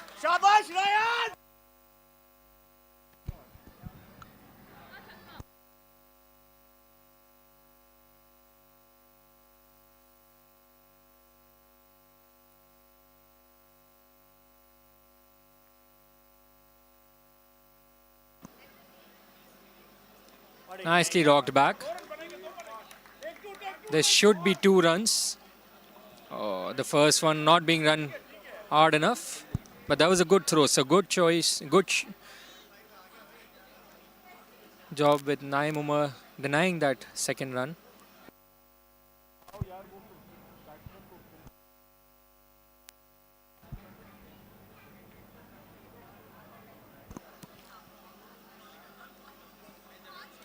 Watchfully played by Naim Umar. Not getting carried away by the recent momentum which Huck Academy innings has had.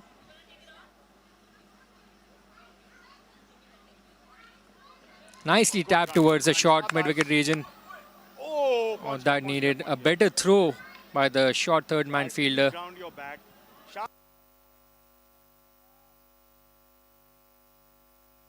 Very casual throw by the short third man fielder. I'm sure a better throw would have had Ryan in trouble.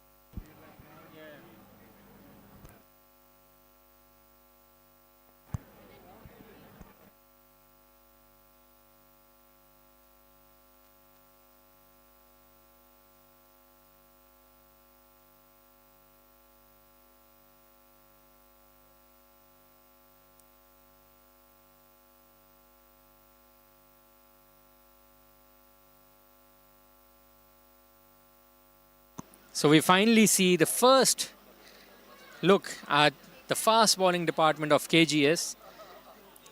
Fast bowling being introduced into the attack into the 16th over of the match.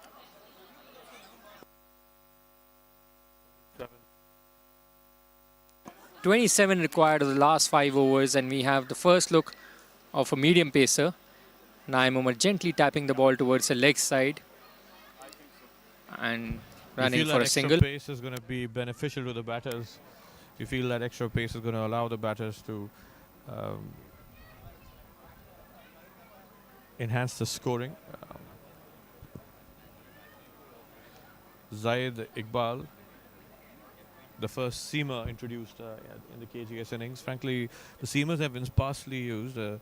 Huck Academy also bowled only 4 overs of seam. And KGS bowling their first in the 16th over of their bowling innings. Zaid now coming in, bowling to Ryan. Ryan Mas bowled on that occasion.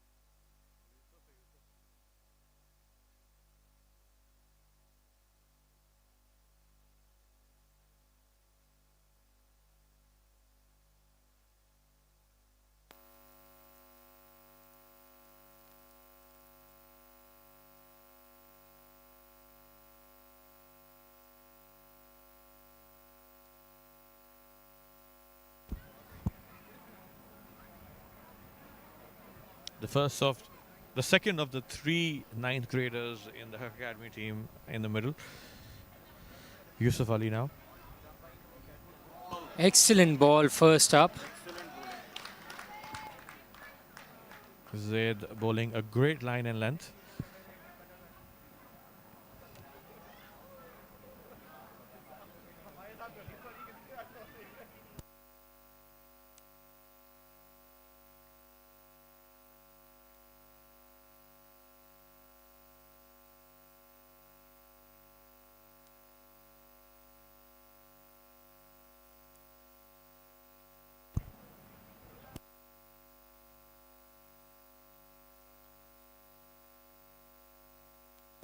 Yusuf early into his shot.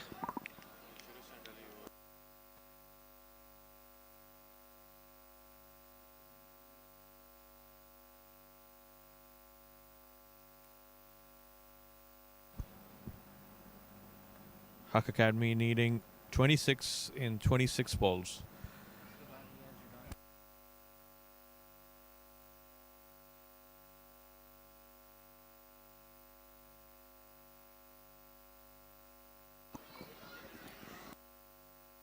Another dot ball by Yusuf.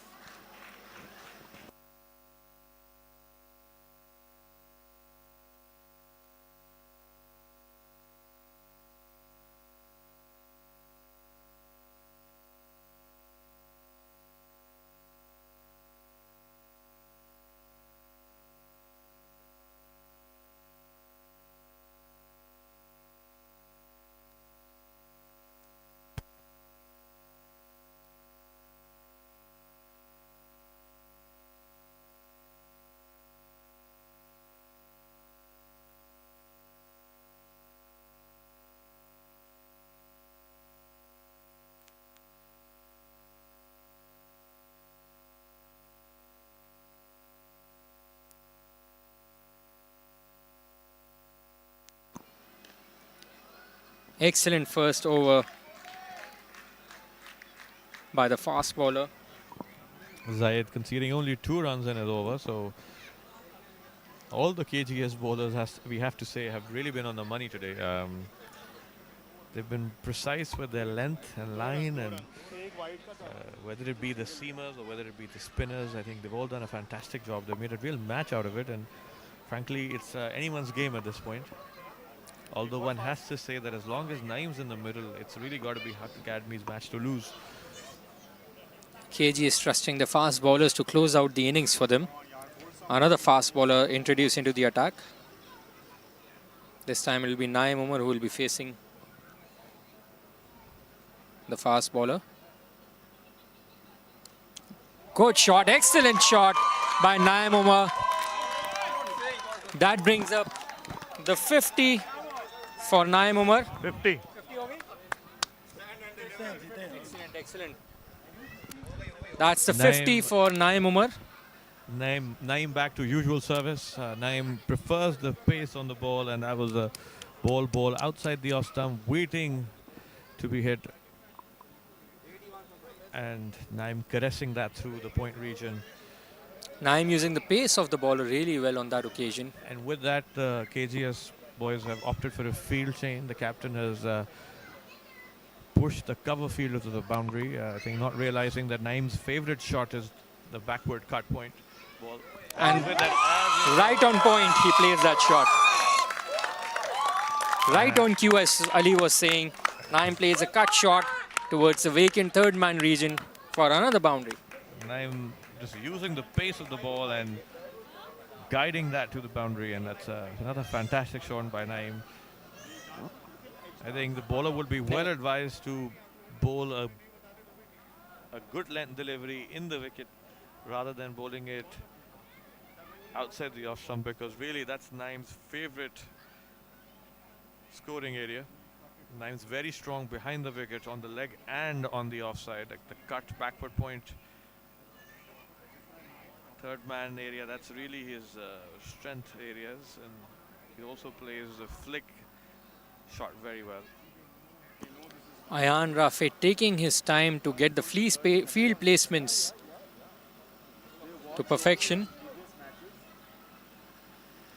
Naeem looks a bit frustrated with the keeper. But this is a better field now. I think they've got the point fielder at backward point position. They've got the third man fielder relatively square. So I think that's really to block the shots that Naeem plays. But it really is all about the ball that the bowler bowls. He's got to really try and pitch it in the wicket. There's a lot of assistance for the bowlers off the wicket. The balls are staying relatively low. But if you bowl the ball, if you over-pitch the delivery, I think it's really for the batsman to make full use of the conditions. So really the bowler's got to bowl the kind of ball he bowled just up. He's got to bowl it in the wicket. That's a wide delivery down the leg side.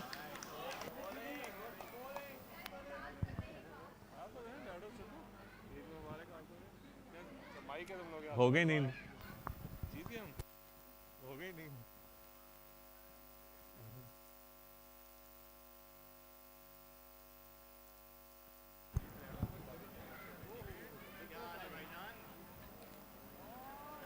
Naeem Umar playing straight down the ground for an easy push, easy single. 10 runs off the first 4 deliveries of the over, 2 more to go. It's really imperative that Yusuf at least takes or keeps rotating the strike and does not create any more undue pressure on Naeem Umar. Excellent shot by Yusuf. Pushes it towards the cover region, deep cover region for a single. This is all that is required of Yusuf, just to rotate the strike, make sure Naeem plays as much as possible.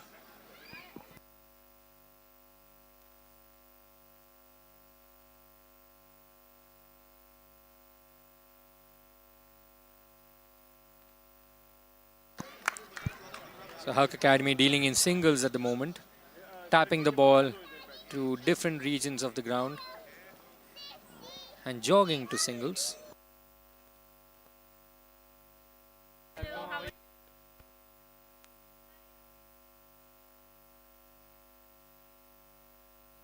doable.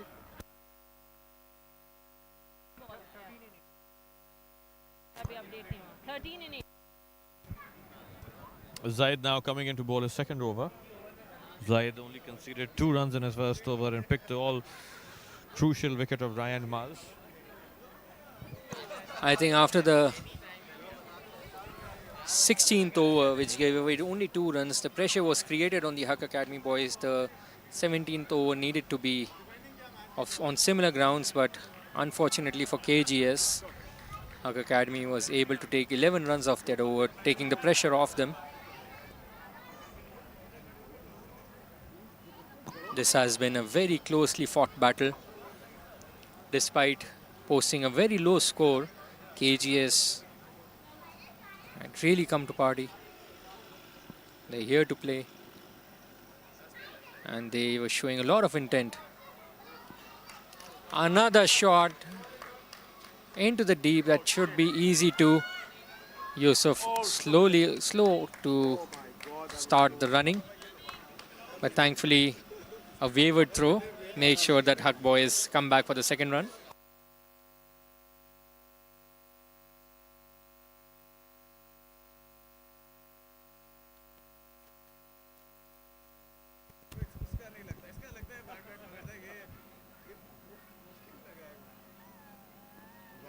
Nicely bowled into the block hole, giving No.1 no chance to play any other shot but just defend his wicket.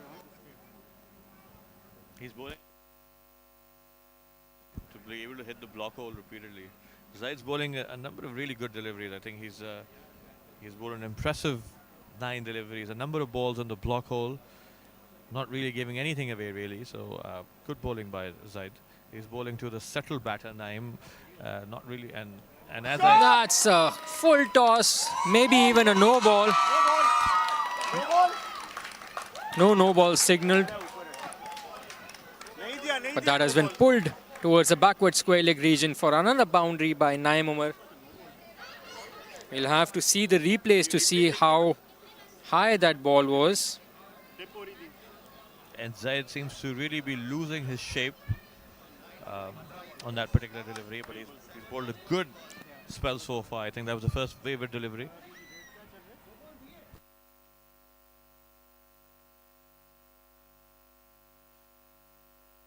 Last 7 runs required of the 14 deliveries remaining. Another full toss, high one. This has been called a no ball. The batsman should come back for second, or this would be close if the keeper is able to collect it. If the keeper would have been able to collect it, that surely would have been curtains for Naeem.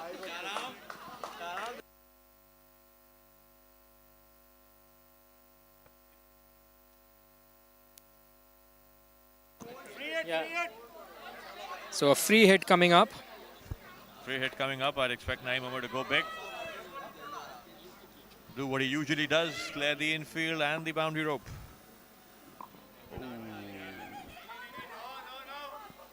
Excellent delivery on the free hit.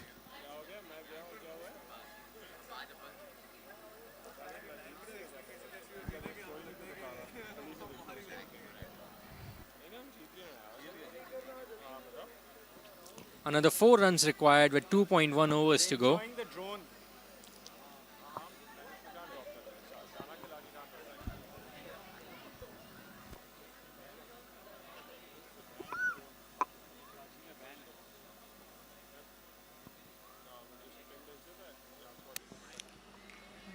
Oh, he'll have to check if the ball hit the helmet. End of the over. Huck Academy needs 4 runs of the last 2 overs.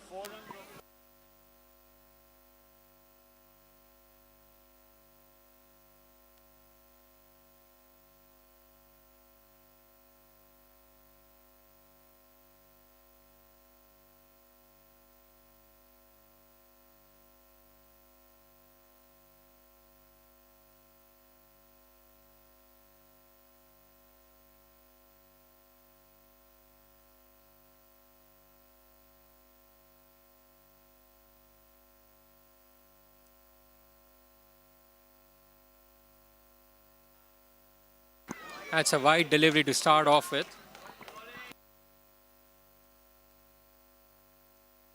Yes. And we've sneaked in another.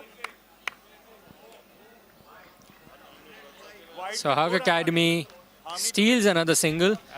2 runs required now of 2 overs.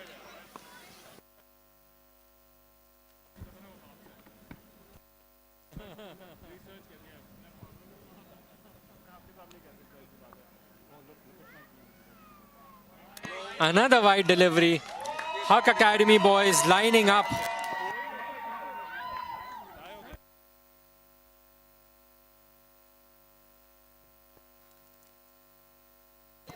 Huck Academy boys lined up at the boundary to run at the first possible sign of victory. Huck Academy dugout ready to invade the pitch. And that brings an end to the match. Huck Academy wins with 1.5 overs to spare, thanks to a brilliant knock by Naim Umar. He carries his bat, makes sure that his team reaches the finish line, crosses the finish line in very tough conditions. Naim Umar comes through again for Huck Academy, ensuring an emphatic victory in the end. But a very good attempt at defending that low total by KGS. They were bowled out for 101, but KGS made a match out of it, putting Huck Academy under pressure in the first 10 overs. But then Huck Academy punching back and winning this match comprehensively in the end by 5 wickets with 1.5 overs to spare.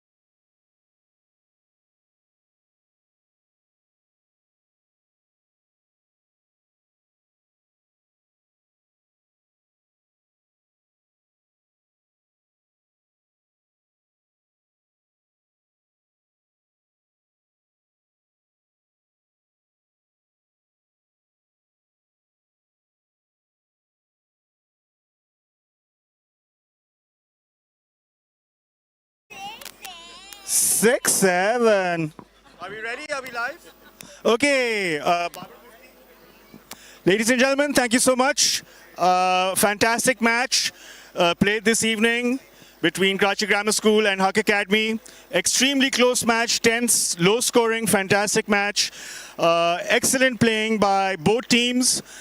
Commiserations to Karachi Grammar School. Very well played, Huck Academy. Now we're going to have the award ceremony. I'll try and get this done as quickly as possible. So the first award is for the best fielder. And the best fielder award goes to Hayan.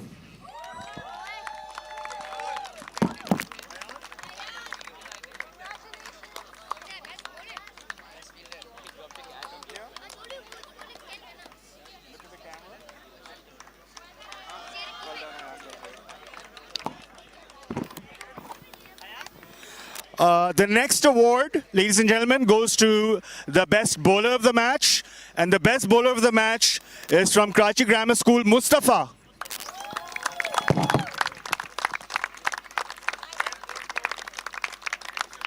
Well played, Mustafa. Excellent.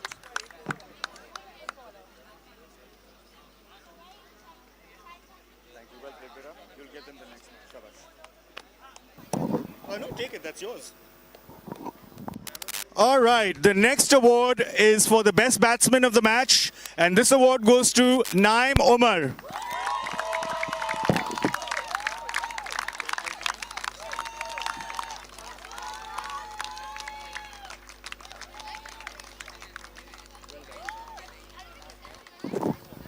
And finally, the man of the match for today, man of the match is Naim Omar.